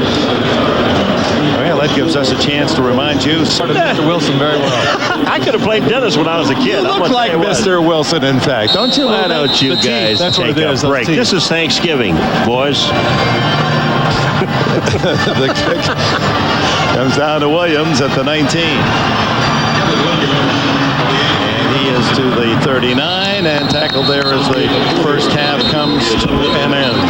So 2 early, impressive drives by the Cowboys. Emmitt Smith scored on a 15-yard run, then a 33-yard touchdown pass. Aikman to Irvin, and 2 field goals in the second quarter, the answer for Kansas City. We'll be sending you to our NFL on NBC studio in New York after a message from the National Football League and a word from your local station. This is the Domino's Pizza NFL on NBC Halftime Report. Brought to you by Domino's Pizza. When it's gotta be great and it's gotta be now, it's gotta be Domino's. Once again, a happy Thanksgiving to you all. Welcome back to our studios here in New York. I'm Greg Gumbel, along with Mike Ditka and Joe Gibbs. A game that has turned around a little bit toward the Kansas City Chiefs. Joe, you made the observation in the first half that maybe you thought they were a little bit too aggressive, but that aggressiveness beginning to pay off for the Chiefs. Well, that's their thing, Kansas City. And on defense, I'd stay with it. Right now, they're going after him, playing aggressive, and I think the key is they're starting to hit Troy Aikman. They're starting to get in there, and it also, when you dog like that and blitz and play aggressive, it helps you on the run because they're running into Emmitt Smith every now and then. Chiefs look better to you as the half progressed, Mike? Greg, it started out like a complete mismatch. I mean, there were 2 big plays, Aikman to Michael Irvin, and then you had the great run by Emmitt. Now what they've done, they started taking some of that away. The other thing is Kansas City has been a second half team. They've only given up 7 points in the last 4 games they've played. So in the second half, that is. So, this team, this could be a heck of a football game. But I still think the key is they got to make something happen with their offense, and they're doing that now. All right, gentlemen, 14-6 at the break. Let's turn our attention to the early game in the NFL today. Minnesota at Detroit. The Lions won a shootout today, 44-38. Barry Sanders, 10 rushes in the first half, 1 yard total. Both teams combined for a total of 1 net yard rushing in the half. Vikes came back from a 2-touchdown deficit with touchdowns on special teams. Ron Rivers fumbles the kickoff return. Orlando Thomas scoops it up, returns it, game tied at 21. Warren Moon, a pair of TD passes in the first half just before the break to Chris Carter, 10-yard touchdown, 28-24 Vikes. Scott Mitchell completed 30 of 45 for a team record 410 yards. He threw 4 touchdown passes, including that one to Herman Moore, 34-31 Detroit. And then Barry Sanders, who put up some nice numbers in the second half, 50-yard touchdown. He had 138 yards rushing on 24 carries. The Lions led 41-31. They went on to win it by a score of 44-38. One piece of NFL news for you. Maurice Hurst, the Patriots cornerback waived earlier this week, failed his physical exam and was released by the St. Louis. Thank you, Greg. Back at Texas Stadium in Irving, 14-6 Cowboys. Remember, these Chiefs have won 4 games this year on their last touch of the ball. It's a team that has really created some highly dramatic finishes and a team that has been very tough to score against in the second half. One thing about the Chiefs that I like is they find a way to win, Phil. Well, they're going to have to find a way today, Paul. The one good thing I think they've done, they stopped the momentum the Dallas offense had. They turned it around. Let's see if they can keep it going on their offense. Vanover, who had the big catch at the end of the half to set up the second field goal, is out to about the 32 before he is pushed back. Let's take a look at the Coors Light halftime statistics. And Dallas ran off. You'll recall the first 2 drives just dominated the numbers, and then Kansas City has pulled 120 total yards, 50 less than the Cowboys. Well, the one thing that impresses me, the Kansas City defense seemed to catch in rhythm with the Cowboy offense. Not only the players, but the coaches calling the right defense to stop some of the plays. It'd be good to see if they can continue that in the second half. Steve Ono starts from the 33. Marcus Allen is able to get back to the line of scrimmage as Chad Hennings was in the backfield of the Chiefs. Let's go down to Jim Gray. Thank you, Dick. I talked to Marty Schottenheimer at the half. He says they must be much more efficient on offense, that they've got to control the ball, that if they have too many more 3 and outs, that the defense will be very tired by the fourth quarter. He also said that he feels that now Steve Bono can get on track and have some confidence with that drive at the end of the first half. Dick? All right, Jim, thank you. And Marcus is 3 carries for 4 yards. Greg Hill, 2 carries for 11 yards. This is the 5th best rushing team in the league. They've been shut down on the run. To the sidelines to Webster, Slaughter, incomplete. Deion Sanders in the coverage. Well, they finally threw it outside to the one-on-one coverage against Deion Sanders. Steve Bono doing a good job. A little safe, maybe throwing it too far outside, but not able to get control of the ball and get both feet down at the same time. And at the end of that play, you see Deion Sanders clapping his hands because he does not want to give up one completion all day long if he can. 3rd and a long 10. Anders, the fullback, set out to the left side. Backfield vacant behind Bono. Who throws to the deep sidelines, complete to Willie Davis. Covered by Darren Woodson. 17 on the play. You know, the funny part about it, you hear the people booing, except everybody on the sidelines really knew it was a good catch. Here it comes to you. Davis up in the air, 2 hands up. Now watch, he's got control. His feet, 1 down. 2nd one down. Even though he's being pushed out. What a great job. And what a job of holding on to the football, because Darren Woodson has already made contact before the ball gets there. Willie Davis showing good hands on that play. 2nd catch. He had an 18-yarder the first half, 17 on that one. Dawson in motion. The middle goes Greg Hill for good yardage, and he was a white shirt away from a touchdown. Brock Marion saved it. He was a Dixon Edwards also in there. I think he was coming down on the tackle. To the 42-yard line. This young man has a lot of family and friends rooting for him. Went to Carter High School here in Dallas. He said, my family knows football. He said, when I was born, they got pictures of me. I'm not even a day old. I already have a Cowboy pennant on my little tray in the hospital. And 2nd and short. Reverse to Vanover. And he's to the 35, a first down. You know, the one thing about Vanover that I really like, Phil, you look at him on the returns, that pass he caught before the end of the half, the strength of this guy in his upper body. He fears absolutely nothing. He knows how good and how strong he is, and he loves to run through and at people. He's a rare specimen. He's only 5'10", but 210 pounds. He's built like a small linebacker and yet has the speed, the best speed of the wide receivers for Kansas City. That's what makes him such a good return man, is that size that he has, able to run through those tackles when they stick out those arms. Trailing 14-6 at halftime. Kansas City moving with the ball, and it's Greg Hill driving to the 30-yard line, nearly a 5-yard pickup before Russell Maryland and company can make the tackle. And meanwhile, Irvin and Aikman and Smith in the offense for Dallas, they haven't played for a long time. Well, they haven't. But one thing we saw in that last play, Kansas City thought they could come in here and rough up this defensive line of the Dallas Cowboys because it's beat up, and maybe finally the size of that offensive line is starting to wear down the Dallas defensive line a little. 2nd and 6. Hill again. Runs into it. Oh, fake to Hill. And the throw almost intercepted by Deion. Oh, he was playing interception all the way. It's as if he's in the huddle and the pass is thrown to him. You know, it's an amazing part, though, Phil. He's got help from Brock Marion. He doesn't need it. Yeah, I'm wondering why Steve Bono threw this pass. Brock Marion, you're going to see him come into the play, too, right there. He's basically double coverage, and Deion Sanders really should have had the interception right. You know who went to defense? Willie Davis. Davis. Yeah, he knocked the ball away. Watch Davis. He goes to defense. Bono 9 for 20. 3rd and 6 on this one. Steps up. Incomplete to Lake Dawson. Scott Case, an extra defensive back on the coverage. Well, you also got a tight end in there, too, that doesn't need to be there. Keith Cash is down the middle of the field. This play just went too long, and they overlapped each other. That's what happens. And then Scott Case is back there free. Nobody to cover. He's watching Steve Bono all the way. He breaks on the ball as soon as he throws it. And really, Bono is fortunate. It wasn't a good throw. It would have been picked off. They're going to go for 6. Yes, they are. Marty Schottenheimer, the ball at the 31, forsakes what would be a 48-yard field goal attempt.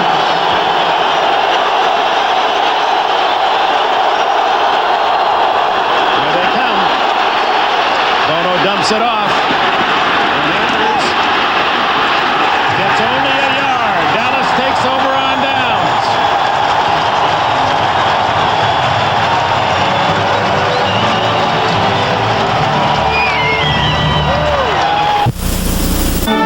The NFL on NBC is brought to you by the all-new Ford Taurus, a look you've never seen from a name you know well. By Sears, come see the merry side of Sears. By Polaroid, get the surprising Polaroid talking camera this holiday and get instant smiles. And by Visa, official card of the NFL. 3.5 minutes into the second half, Marty Schottenheimer electing not to go for a 48-yard field goal. And the Cowboys stop him on 4th down, take over at the 30. And it's Smith. He's eager to go back to work. Hit by William White and others, gains 4. Well, that last play, when the Chiefs went for it on 4th down, I think we were all up here, and I was very surprised because it was on the 30-yard line. It would have been a 47-yard field goal, puts them within a touchdown if they make it 14-9. But in kicking in this place, really, I've played here many times, it's like kicking in the dome because there is no wind, nothing to stop that football. So really a very surprising call by the Kansas City Chiefs. 4th and 6, he made 1 yard, and Dallas takes over. It's 2nd down and 6, and again with flags down. Sally Moore offside. Hasty finally, with help from Mark Allen, to make the tackle, but we'll check the penalty. Well, this is the difference when I would say, I mean, it's a bad play. Sally Moore going offside, number 97, playing on us. But when Sally Moore goes offside, what he does, he keeps on going. I mean, he makes somebody take him, and he doesn't just go across and stop. So he's still active in the play. This is the point. He's offside. Now watch him. He keeps going. He makes somebody block him. When you do that Nate Newton blocking him, it enables your players to get to the outside. After the penalty, 2nd down and 1.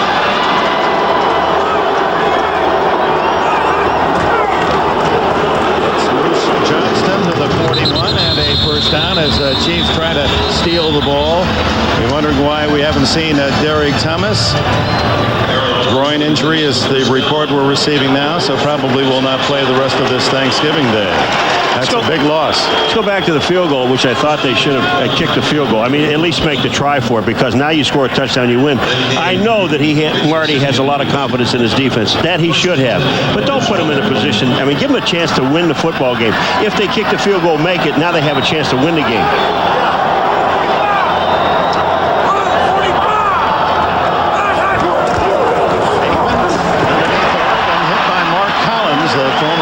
Giant putting a good pop on Irvin after a pickup of about 7.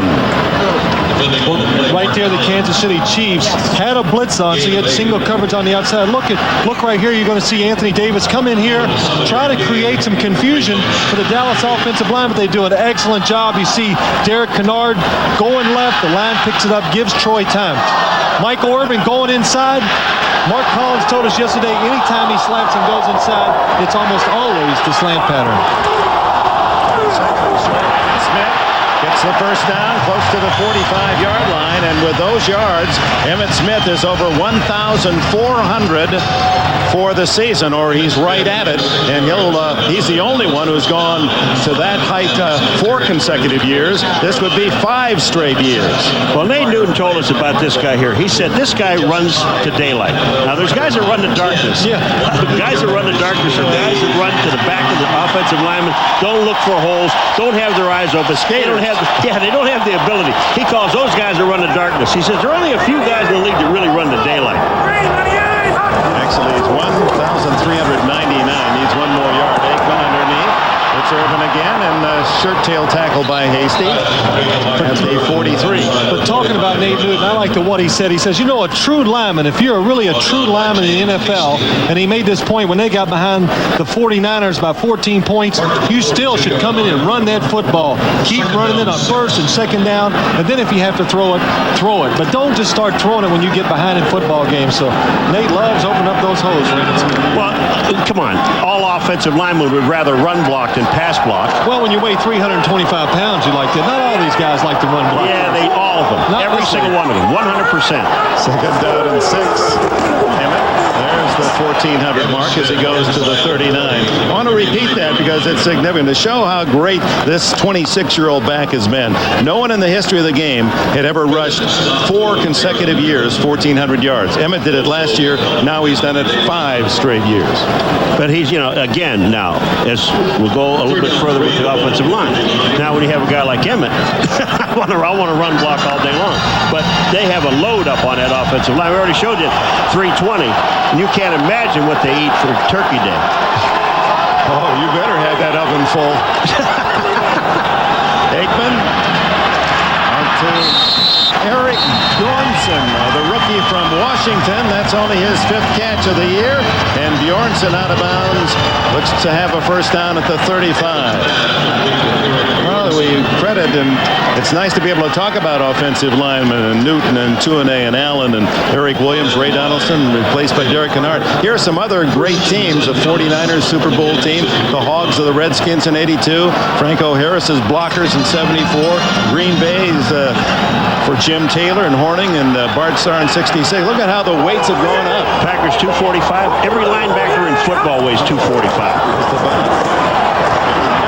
Right into the waiting arms of Tracy Simeon at the 33-yard line. Let's take a look at Nate Newton, the left guard, number 61. Here you see him up top. Now watch him come across. Now for a big man, the one thing he really does and what sets him apart, he has those good feet, is able to come out and pull on some of those trapping plays. Really, the Cowboys don't do a lot of trapping. They like to run straight ahead and use their size. He has those good feet and that huge rear end. That'll move some people off the line of scrimmage. Now, I looked at this. His calves aren't that big now. I mean, they're supporting him. Everything on him is big. Those arms, though. He's got road burns on his upper arms. Aikman to Novacek. Defender fouled on Novacek. A forward to Kathleen hurdles his way into the end zone.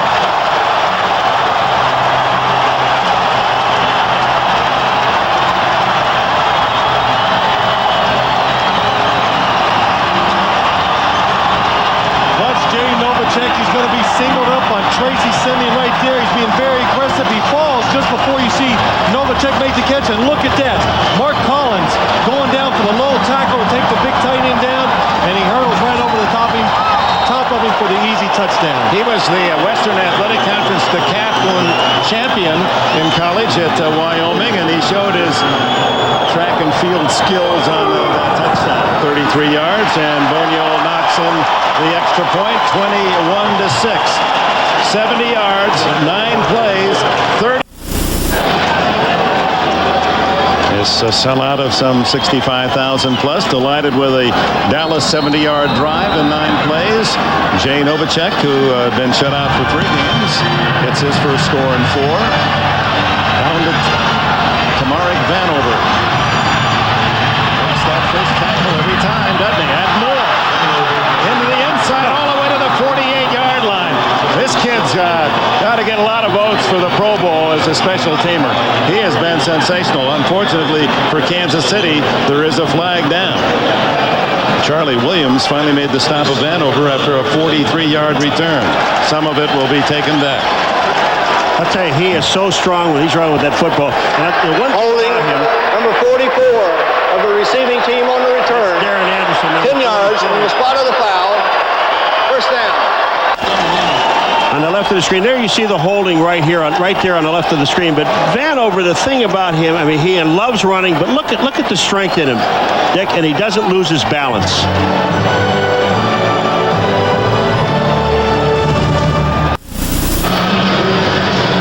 Welcome back. The Cowboys leading Kansas City 21-6 here in the third. Here's the touchdown to Novacek. Well, here's Jay Novacek right here, and George Jamison's covering. Watch when Novacek goes out, and he comes back inside.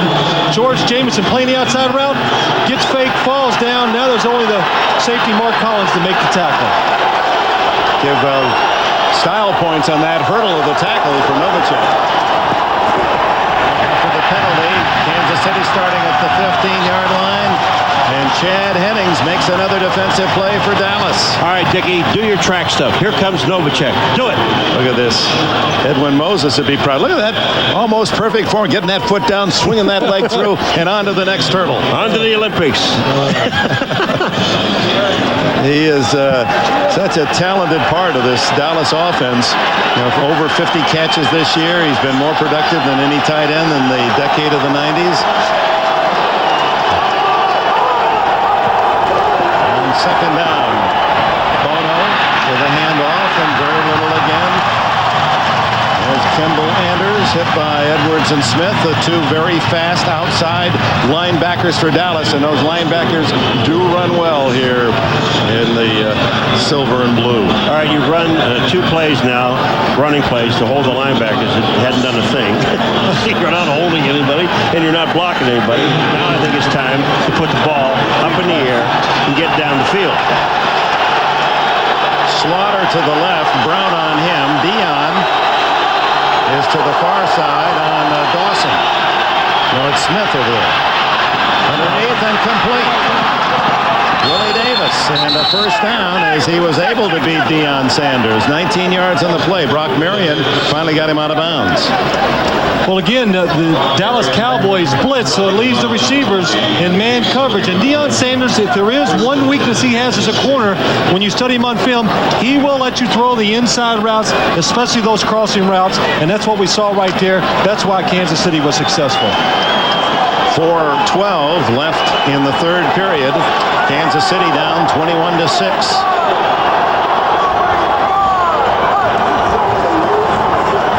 Play action and Bono. Oh, no. Going deep for Davis. Deion Sanders in position again. Well, that's what I said. Oh no! I mean, I could see Bono looking, and I could see Davis going down, and I could see 4 guys covering Davis plus Deion. So that's 6. Well, you know, well, I said, well, look at all the guys. Come here. You know what happens in quarterback? You're playing quarterback. Most of the times when you see this coverage, this receiver should be open for you. But right there, you can see the reaction not only of Sanders but Larry Brown coming off the other side of the corner and taking and giving the coverage. There was no one else out in the pattern? They were all short. Yeah, I would hope so.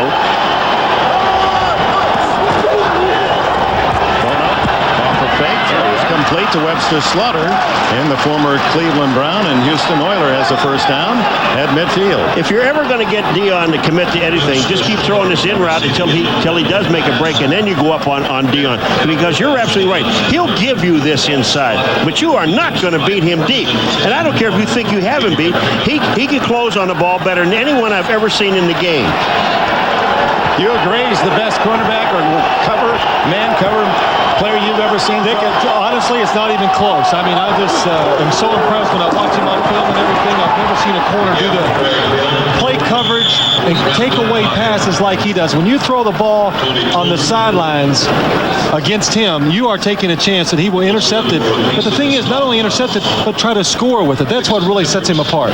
See, the other thing about throwing against to him underneath like that, Phil, we know that he has a groin pull. We know that he has a practice the last 2 days. He hasn't practiced at all. That's one of the reasons why he's not with the offense. But we know that. So it's very difficult for him to make that cut stop to come back to the inside. But when you run deep on him, he's got a straight run. He can make that run.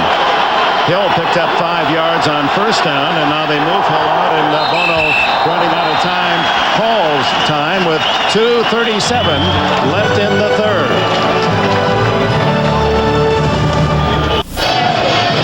We have a lot of jewels in the crowd today. Those happen to belong to Carolyn Sanders, Deion's wife, and there's Deion Jr. He wants his turkey now. He's hungry. So are the Chiefs, down 21-6. Second down and 5 at the Cowboy 45.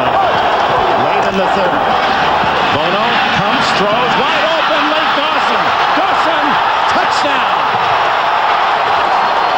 Man, was that beautiful. I'm telling you, Bono that time, that pump fake, and again, I like to go back to the offensive line. It gives him time. But that pump fake and then Dawson down the middle, I mean, that gave him time to clear everything, Phil. Yeah, it was an excellent job. Excellent play design by the Kansas City Chiefs, and Bono does an excellent job of looking off the safety and creating that big hole down the middle.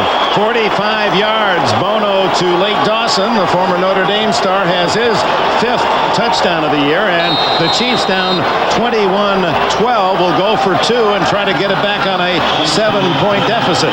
Slaughter goes right, and Willie Davis says, no, come back over here with me to the left. Marcus Allen not in the game. Anders the only running back, and he goes into the pattern. Bono. Slaughter was the closest Chief. It remains 21-12. 2.5 left in the third.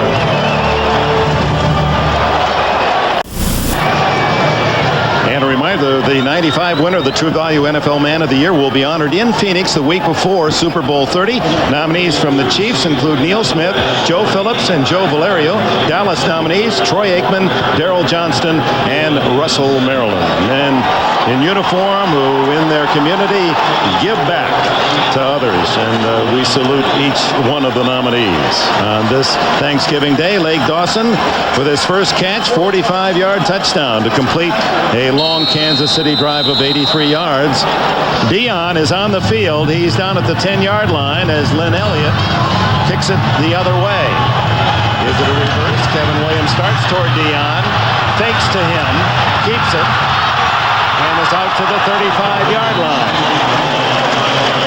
Let's go back to the Kansas City touchdown. Well, how does a receiver get so wide open against a defense like this? Here's Lake Dawson right here, Darren Smith, but the key is Brock Marion. Watch him come outside and open up that big hole down the middle for Lake Dawson.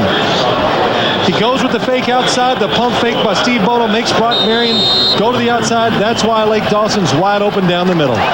Darren Smith has good speed, but not fast enough to stay with Dawson. 21-12 Dallas, 2:19 left in the third. Emmett. Not much there, maybe a yard. Not to belabor a point, but let's go back to the field goal attempt that was not made or didn't go for it. They went for it on 4th down, Kansas City Chiefs. Had they made the field goal, that would have given them 16 points. The reason I say 16 is 12 now. They would have kicked a 1 and put them within 5 points. Now they are a touchdown and a field goal away. They would have been just a touchdown to take the lead. And it changes the complexion of the ball game. Well, it changes the way you call your plays on both sides of the ball, even your defense. Maybe now you got to take an extra chance because you need that extra possession to score the other points. Novacek in motion on 2nd and 9. Aikman, incomplete, and a flag down. His receiver, Michael Irvin, knocked down by Tracy Simeon. Tracy Simeon, it applies to linebackers along with defensive backs. When a receiver comes underneath, you can't hit him before the ball gets there. Well, he was only about 2 seconds early, so it wasn't too bad. Only? Pass interference, number 54 of the defense. Automatic first down. Well, Tracy Simeon does a good job. What he does, he stays in position, but he sees Michael Irvin coming across, and instead of just looking for the pass, he decides, well, I'm going to take a free shot at him because he's coming in my territory. Right, and he's within the 5-yard limit of hitting the guy, so you can hit him in there. The only problem is you can't hit him when the ball's in the air. Only the third penalty. First down at the 39-yard line for Dallas. Smith twists out of a tackle, and then he sees Tracy Rogers right there, so goes down.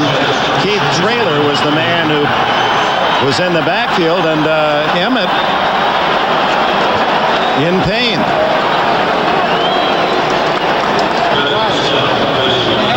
Keith Traylor, number 94. Watch his penetration. Keith Traylor is the guy that's going to come inside right here. He's being held to the line of scrimmage. He just knocks Emmett back to the outside. Now, what happens here is this. Does he pull his hamstring? I mean, it might be his hamstring again. He goes down, yeah. He was on his toes on that left foot as he fell down. You know, when we talk to this team, and you know, I know you guys have talked to other teams and other players, and look at Emmett here. He makes that stretch, and that's when he goes down. Now, he might have twisted his ankle and he stepped on his own man. It looked like his ankle was caught underneath him just a little, and there was a real hard torque on it just as he gets hit. Watch right here. He could, I don't know if it's his left ankle. Right there, when he turns, that foot stays planted, and that torque on it might have got the ankle or the inside of his knee. I'm not sure. You know, what I was going to say, I want to ask you guys, we talked to the Dallas Cowboys, and you talked to all these other people in the defensive and all these other people around. All right, I want you to think about something. When you look at the Dallas Cowboys, the three guys, Aikman, Irving, and this guy, Emmitt Smith, who is the most important? Well, that's a good question, and we get a different answer from everybody. And like Barry Switzer, we talked to him. He thought maybe the most important was Michael Irvin, because he says he is my only receiver on this football team outside. If we lose him, we might as well shut up camp and go home. Or just run the ball from here on out. That brings it, Dick, back to who do you think it is? Well, as we look at owner Jerry Jones, and that's part of the franchise, the big three, Emmitt Smith, being helped off the field.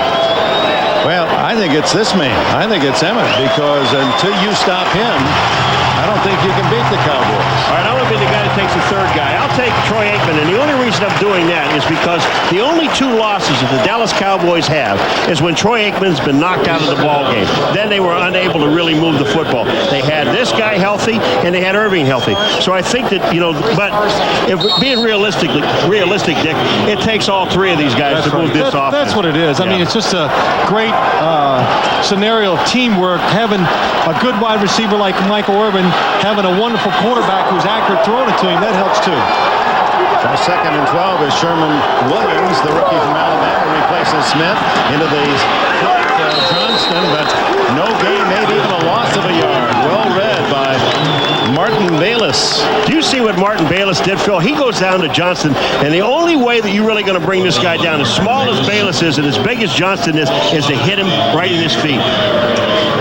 Now they're shielding our view with that towel as they look at Emmitt Smith. He'll probably pull his pants down to see. Now they're looking at his knee, and that's what they don't want you to see. Yeah. It's his knee.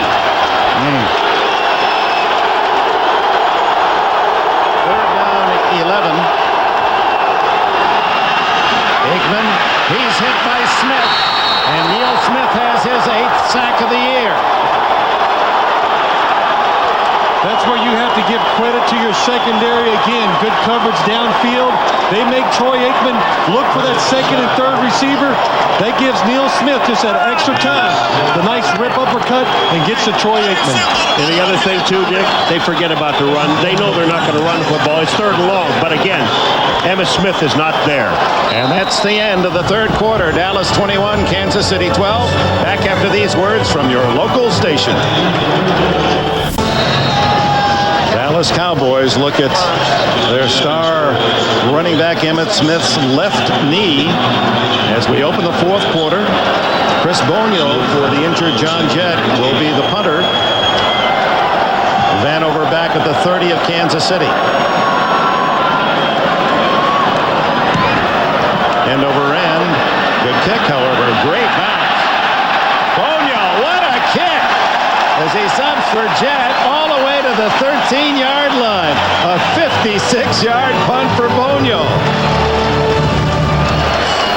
Kansas City ball at the 14-yard line. Who carves the turkey? I'm in charge of the Chardonnay and the Bordeaux. You want to take the turkey?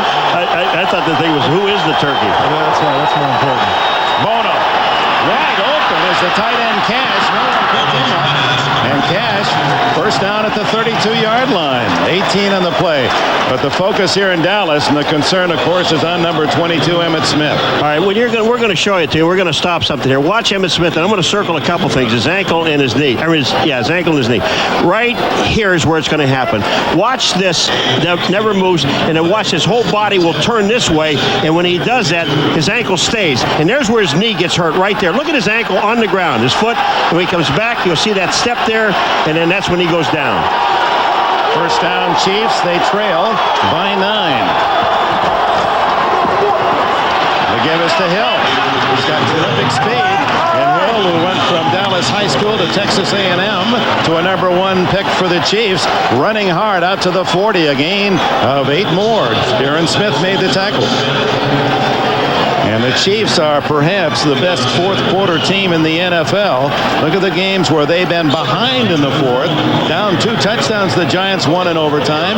Beat the Raiders, lost to the Browns, trailing in the fourth, and beat the Chargers. And they've won 3 overtime games. Play action for Bono, well protected, goes long. Vanover, what a catch! Against Larry Brown. From Florida State has continued impact on this game. Let me ask you something. Tell me, what was Larry Brown waiting on? It looked like he had great position, Phil. Well, you're going to see right here, he's trying not to cause interference. I don't know if he knows the ball's coming.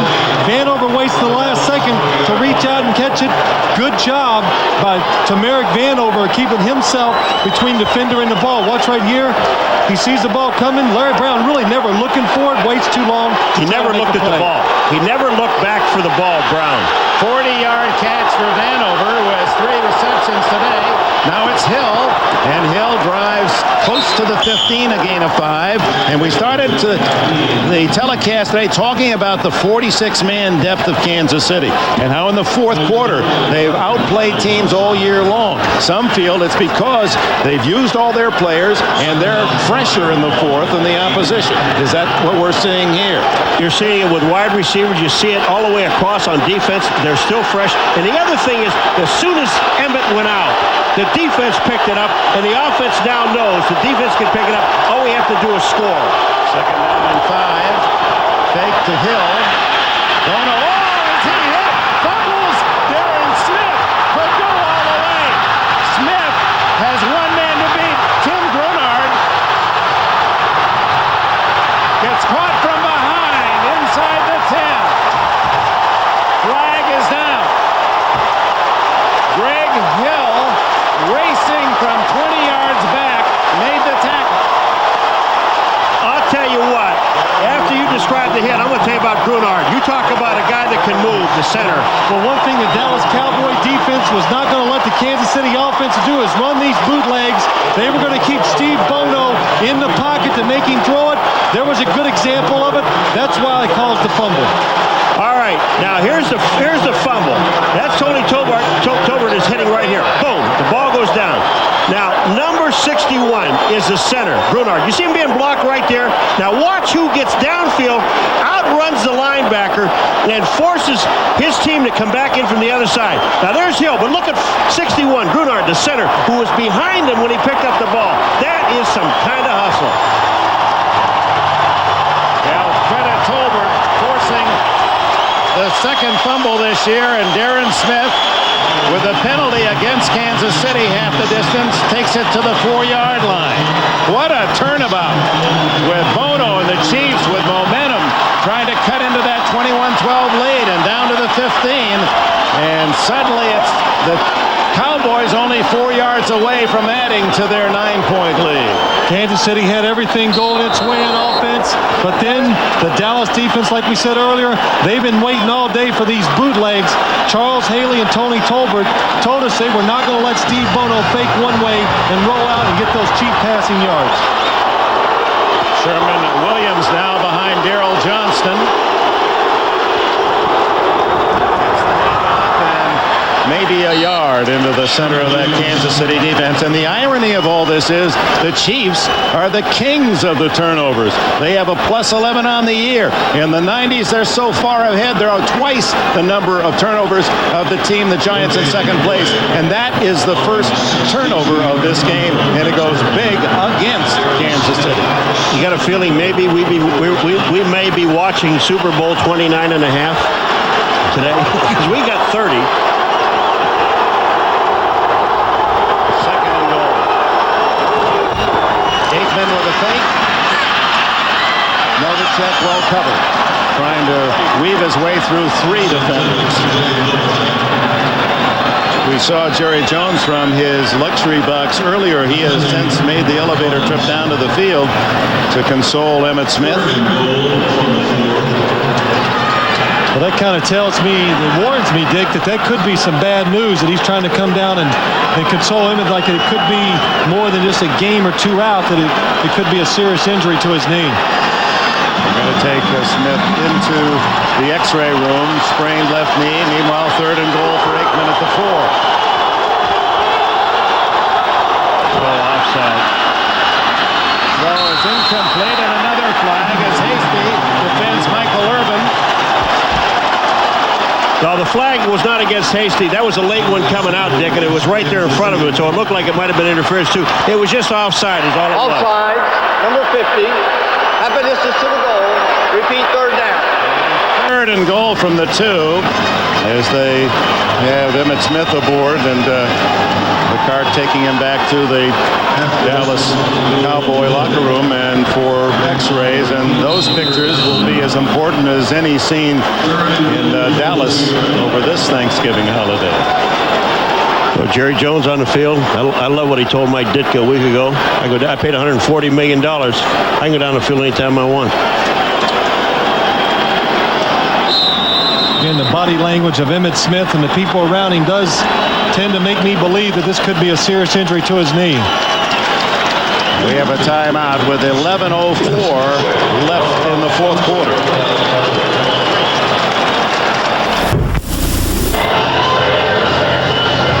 And change left in the 4th with the Cowboys at the door, 21-12. This is just moments ago. Jim Gray down in the tunnel that leads up to the locker room. All right, Dick. Well, Emmitt Smith came off the field. The doctors and the trainers for the Cowboys told me it's a sprained knee. They're going to x-ray it right now to determine the severity. All I can tell you is Emmitt is in quite a bit of pain, and he had tears in his eyes as he went into the locker room on that stretcher. Dick? All right, Jim, if you hear anything else, I know you'll call in. Big play here for the Chiefs defense to stay in the game. Third and goal at the 2. Aikman. Away. Darrell Johnston was well covered by Doug Terry. Terry, the star of the win against Houston on Sunday night with that big fumble-forcing hit. Well, you know, it's really something unusual because we showed you a graphic of the Dallas Cowboys early inside the 20-yard line in the red zone of how they score. And here's Emmitt Smith, not in the football game, Dick. They get the ball down there inside the 10-yard line, and the only part that they moved was on a penalty. Yeah, they actually had 4 chances with the penalty to knock it in from the 4. Now settled for the 20-yard field goal attempt by Boniol. And he easily knocks it through. It's 24-12, and Kansas City still within 2 touchdowns. Yeah, a lot of times the Dallas Cowboys, they get down near the goal line on 3rd and 2. I would say it's at least 50-50 they're going to run it or throw it. And Emmitt Smith out of there, it's probably 100% pass.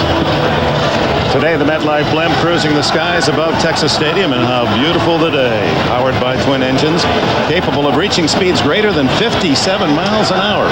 Snoopy 1 can navigate at altitudes in excess of 6,000 feet and prefers drumsticks. Thank you on this Thanksgiving Day. Isn't that a beautiful picture, though? That old line by Texas Ram put the roof in the arena so that God could see his team. Further update on Emmitt Smith. Let's go back to Jim Gray. Okay, thank you very much, Dick. I'm joined by Jerry Jones, the owner of the Cowboy. Jerry, I put you in the situation as a medical doctor, but you spoke with Emmitt Smith. What's wrong and what's the prognosis? Well, we spoke with our trainers, and injuries hurt his knee.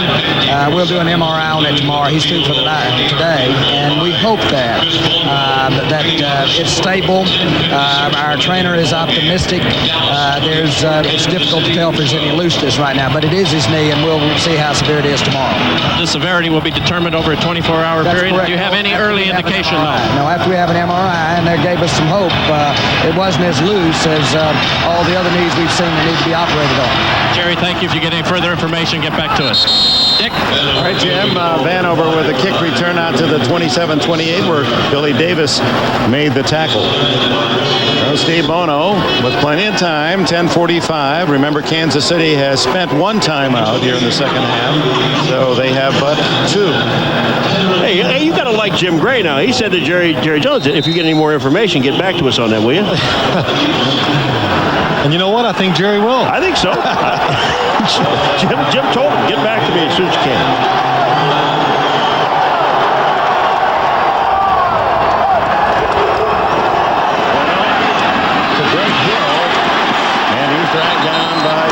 Smith.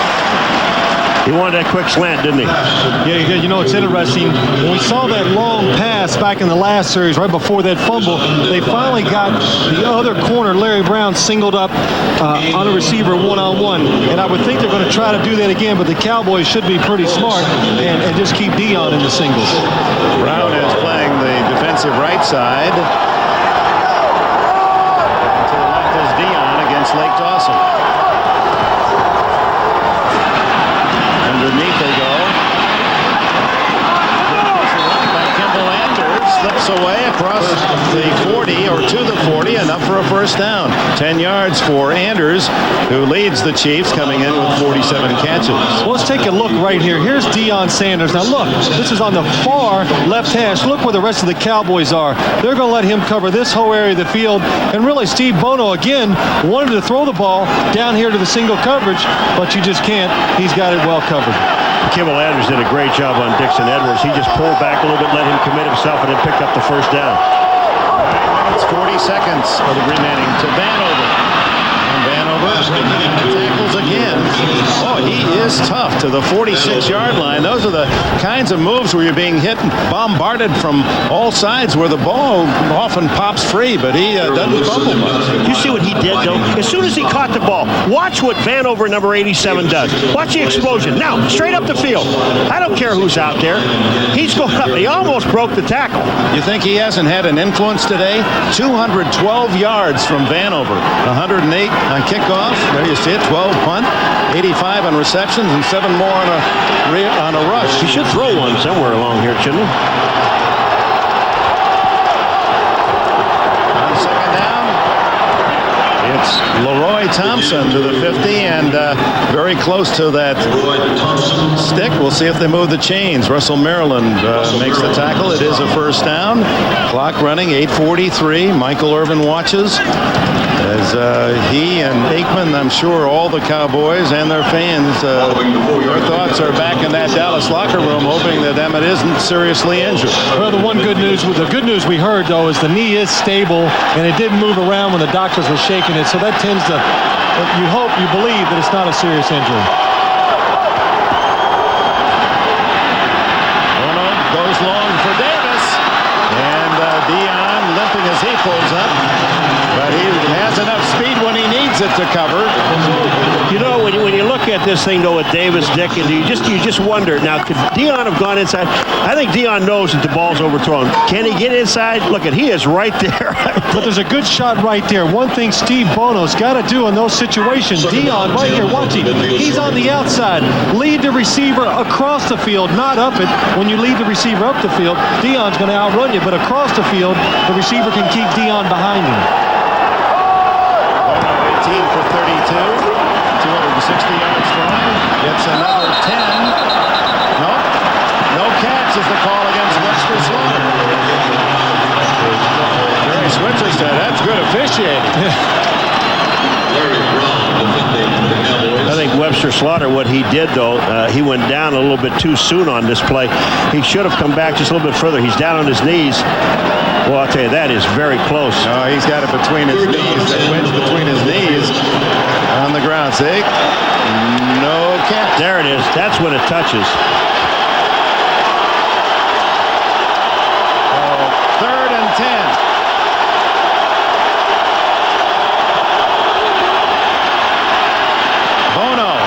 Sanders and overthrows. Lake Dawson, the target. Tony Tolbert, who forced the fumble earlier, hit Bono as he released. They're going to go. They're going to punt the ball away. They have 8 minutes and 2 seconds. The Chiefs, 2 timeouts. That's all they have left. That pass, you complete one against Dion.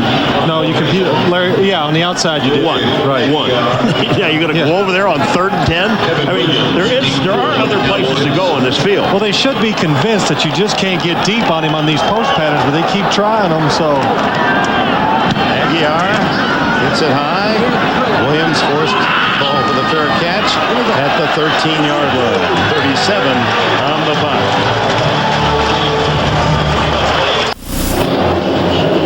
Neil Smith, his hero or heroine, said my mom, Letitia. She raised 3 of us, and if I could be like anyone, be like her. And she's the greatest cook. We saw her at work in New Orleans last year, fed the whole Chiefs team, making her favorite sweet potato pie.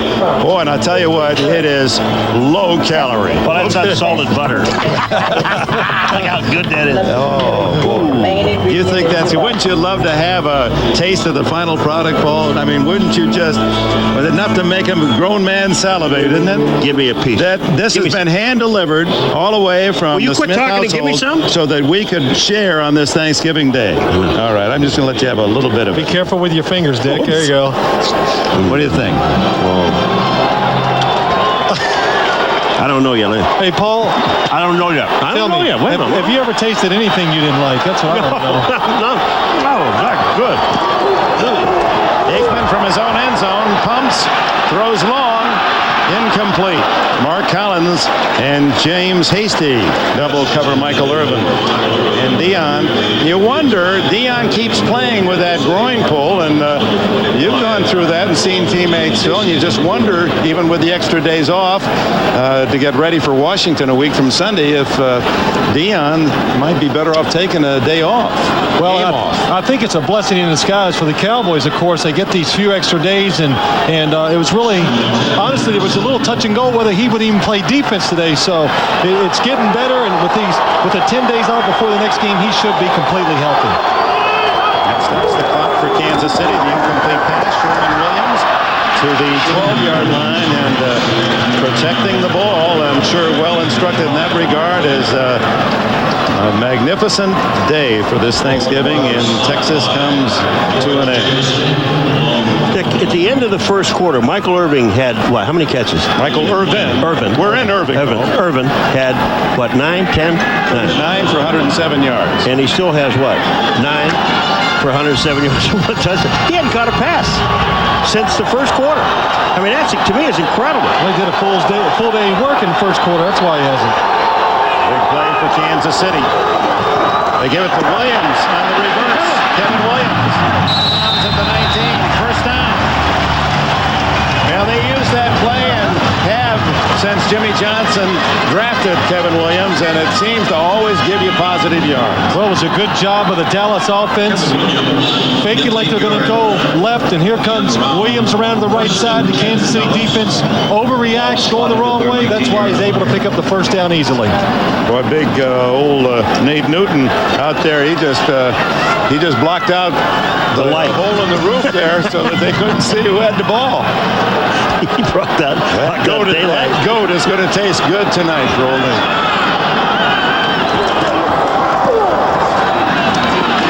Irvin, there's a catch for him, but it's only good for 2 yards out to the 21. George Jameson, the tackler. We had that offensive line. We had our experts call the turkey people and said that the average, if you're going to cook a turkey, you want to figure each person's going to eat about 1.5 pounds. So if you have 4 people eating, you want at least a 6-pound bird, right? Well, what if you have 2 and 8? And what if you invite Old Nate in there to eat? And how about Donaldson? And even a substitute Kennard. We'll get back to it. Don't gobble it up yet. Williams battle his way to a first down out to the 32.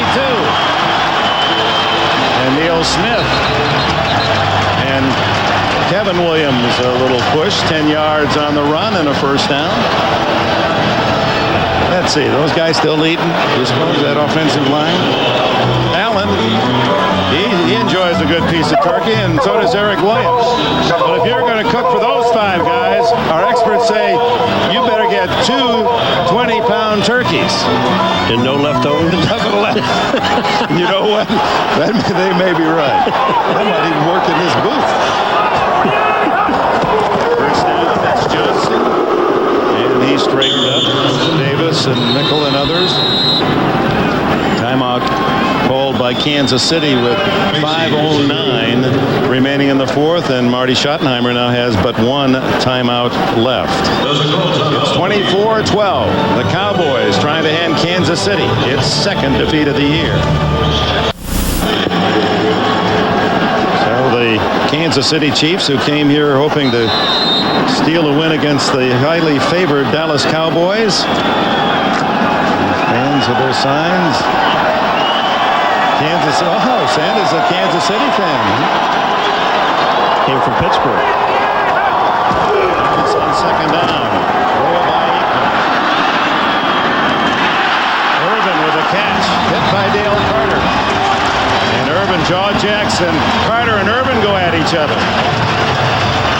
I'll tell you, that was some kind of hit by Carter. And these guys, Kansas City may be beaten in this ball game, but they're still not. They're going to let some people know on the way out. Look at these guys. They're fighting all the way up the field. Carter staying with him. Irvin comes back. Irvin comes back. And Carter, bam, in the back. I mean, that's legal. There's nothing wrong with that. Good job of holding on that ball with 2 hands. You saw Mike Irvin. Also, an excellent throw by Troy Aikman, who was moving to his right and going towards the sideline, able to get enough on the ball to get it down the field. 5 minutes, off the clock, out of bounds. He said he used to carry the ball 20 times a game at Syracuse, so he said, I wasn't just a blocker, but of course he's filled that role so magnificently that the whole league has recognized him with 2 straight Pro Bowl appearances. Well, he didn't have Emmitt Smith in the backfield with him at Syracuse either, so that's one of the reasons why he's not getting it down here. Well, he's from Youngstown, New York, which is right outside of Buffalo. Not Youngstown, Ohio, but Youngstown, that's a little, about 2,500 or so, right? Yeah, a little town outside of Buffalo. But I'll tell you the one thing about this guy, we talked to him yesterday, the nice thing about him, Dick, of all the guys we talked to during the course of the year, there are role players. He knows his role. He's accepted it from the day he came here. He knows that he's a blocker first, runner second, and maybe catch a ball once in a while. But this guy is a complete football player. Complimentary player is what coaches call them. They do indeed compliment. Not if you have goat as a choice. I'm telling you, folks. I mean, I don't know how many people in this country has had goat. I imagine a lot of them. Well, you ask Jerry Jones, and he goes, "Oh yeah, I've had goat, barbecued. He's done a lot of barbecue. Marinate and barbecue. That's what you do." But Nate said, "I just had goat. He didn't. He just ate it." Said he might have 1 drumstick, but if he has it, he wants it all the way down, including the thigh. And some French fries. The toss to Williams. Young legs. All the way to the 33-yard line. Well, this is what is so impressive about this Dallas Cowboy offense. Here it is late in the game. They're trying to eat up some clock. This is 4 straight first down they've gotten. You know they're going to run the football. And look at the hole. The offensive line opens up. Williams, nobody really to avoid there right there. And finally, the safety, William White, comes over to make the play to stop Williams from scoring a touchdown. Williams is averaging 5 yards a carry. His little reserve work for Emmitt Smith had 161 yards coming in. He's 5 for 41 over an 8-yard average today.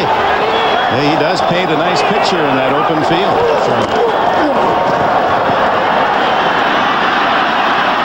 Well, down at the 30 this time. Dick, let's go back to the 3 thing I said. Who were the most important? Was it Aikman, was it Emmitt, or was it Irvin? Now, it's the offensive line. I'm going to tell you what. Take all those other ingredients out. Look at these guys.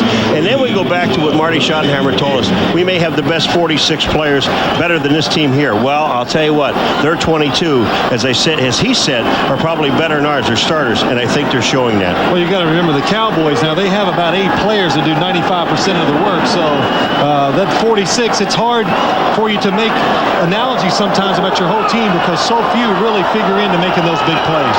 3 minutes to go. They give to Williams, and no hole that time. Williams stuffed by Dan Seliamua.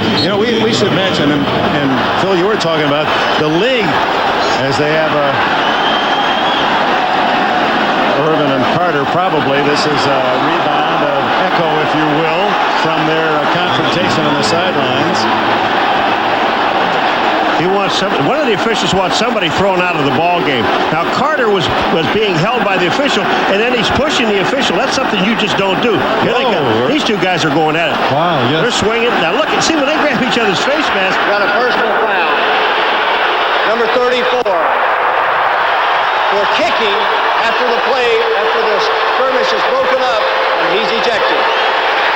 They got him for the kick, and all of that didn't count, but the kick did. All right, 34 is Carter, folks. Here's the kick underneath. Yeah, that's an old karate move. But, you know. Oh, another kick. There was the one there's a double kick. Thrown out. And that's when they threw the flag. But all the face mask stuff didn't mean anything, Dick. Oh. So the field judge throws it. Reflecting perhaps the frustration of this Kansas City team. They came in on an emotional high. Best record in the NFL. Chance to prove itself in Dallas.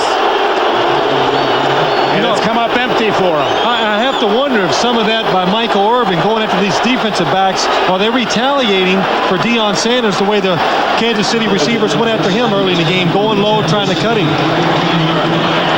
Well, and Irvin, you could see him intimidating off the line of scrimmage. He headbutted Carter a couple of times to start it, and he taunted him after that play on the sidelines, and the younger player, Carter, was baited perhaps. And isn't it almost every time, Dick, the second guy gets caught? I mean, they don't see the first hit, the one that antagonizes the player, then the second one. Well, when you throw a kick like he did in there, that's... you got to go. You got to go, that's right. He just read Marty's lips and he's saying to Carter, but you cost us a first down. Well, and he's coaching for the next game. You can't let your quarterback hurt your team. 2:29. Williams hitting the backfield, still on his feet, and then loses a yard. Well, part of the frustration for Carter, Irvin, 11 catches, 121 yards, and a touchdown early. We approach the 2-minute timeout. The Chiefs have no more timeouts.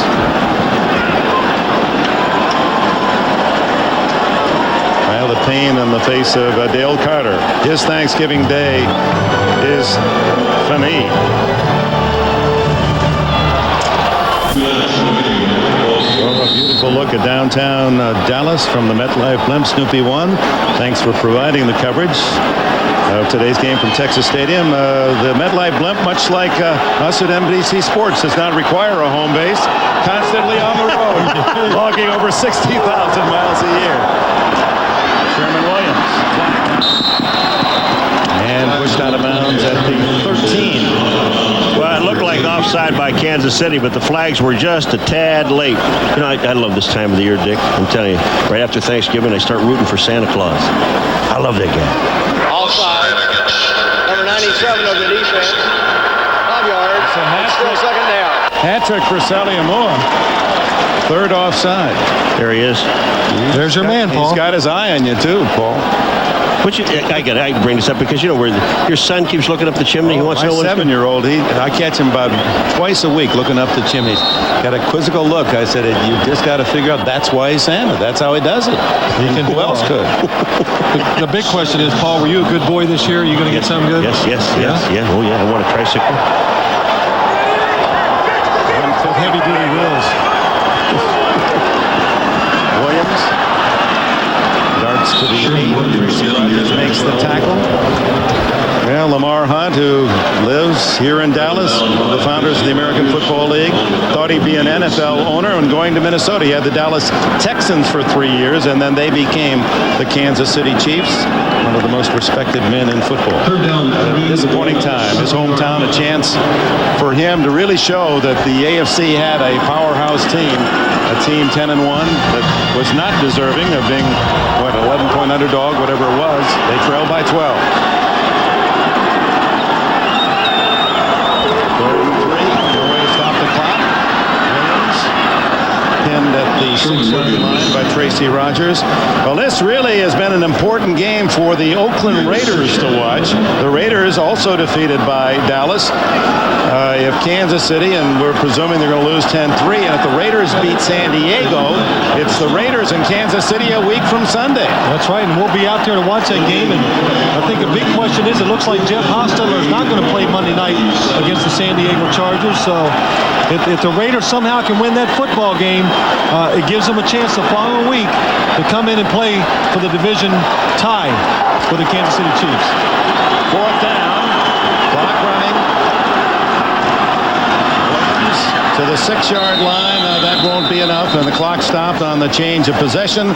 Kansas City with 26 seconds gets it back at the 6-yard line. Maybe a moot point, but I'll tell you right now, I like the fact that the Dallas Cowboys are up by 12 points. There's no sense in kicking a field goal and burying this team. They went for it on 4th down, got the clock running. Maybe he took off 4 or 5 seconds. Here's Kansas City, no timeouts, 24 to 12, 26 seconds to go, and they've got 94 yards to go. Nothing happened. And also, don't take the chance of getting it blocked and running back for a touchdown and giving the team what little opportunity there is. But the victory has a hollow aspect. Ray Donaldson, a fractured leg early, and we wait the word tomorrow, the examination of the very high-priced knee of Emmitt Smith. I don't think there's anyone that loves the game of football that won't be rooting for Emmitt Smith.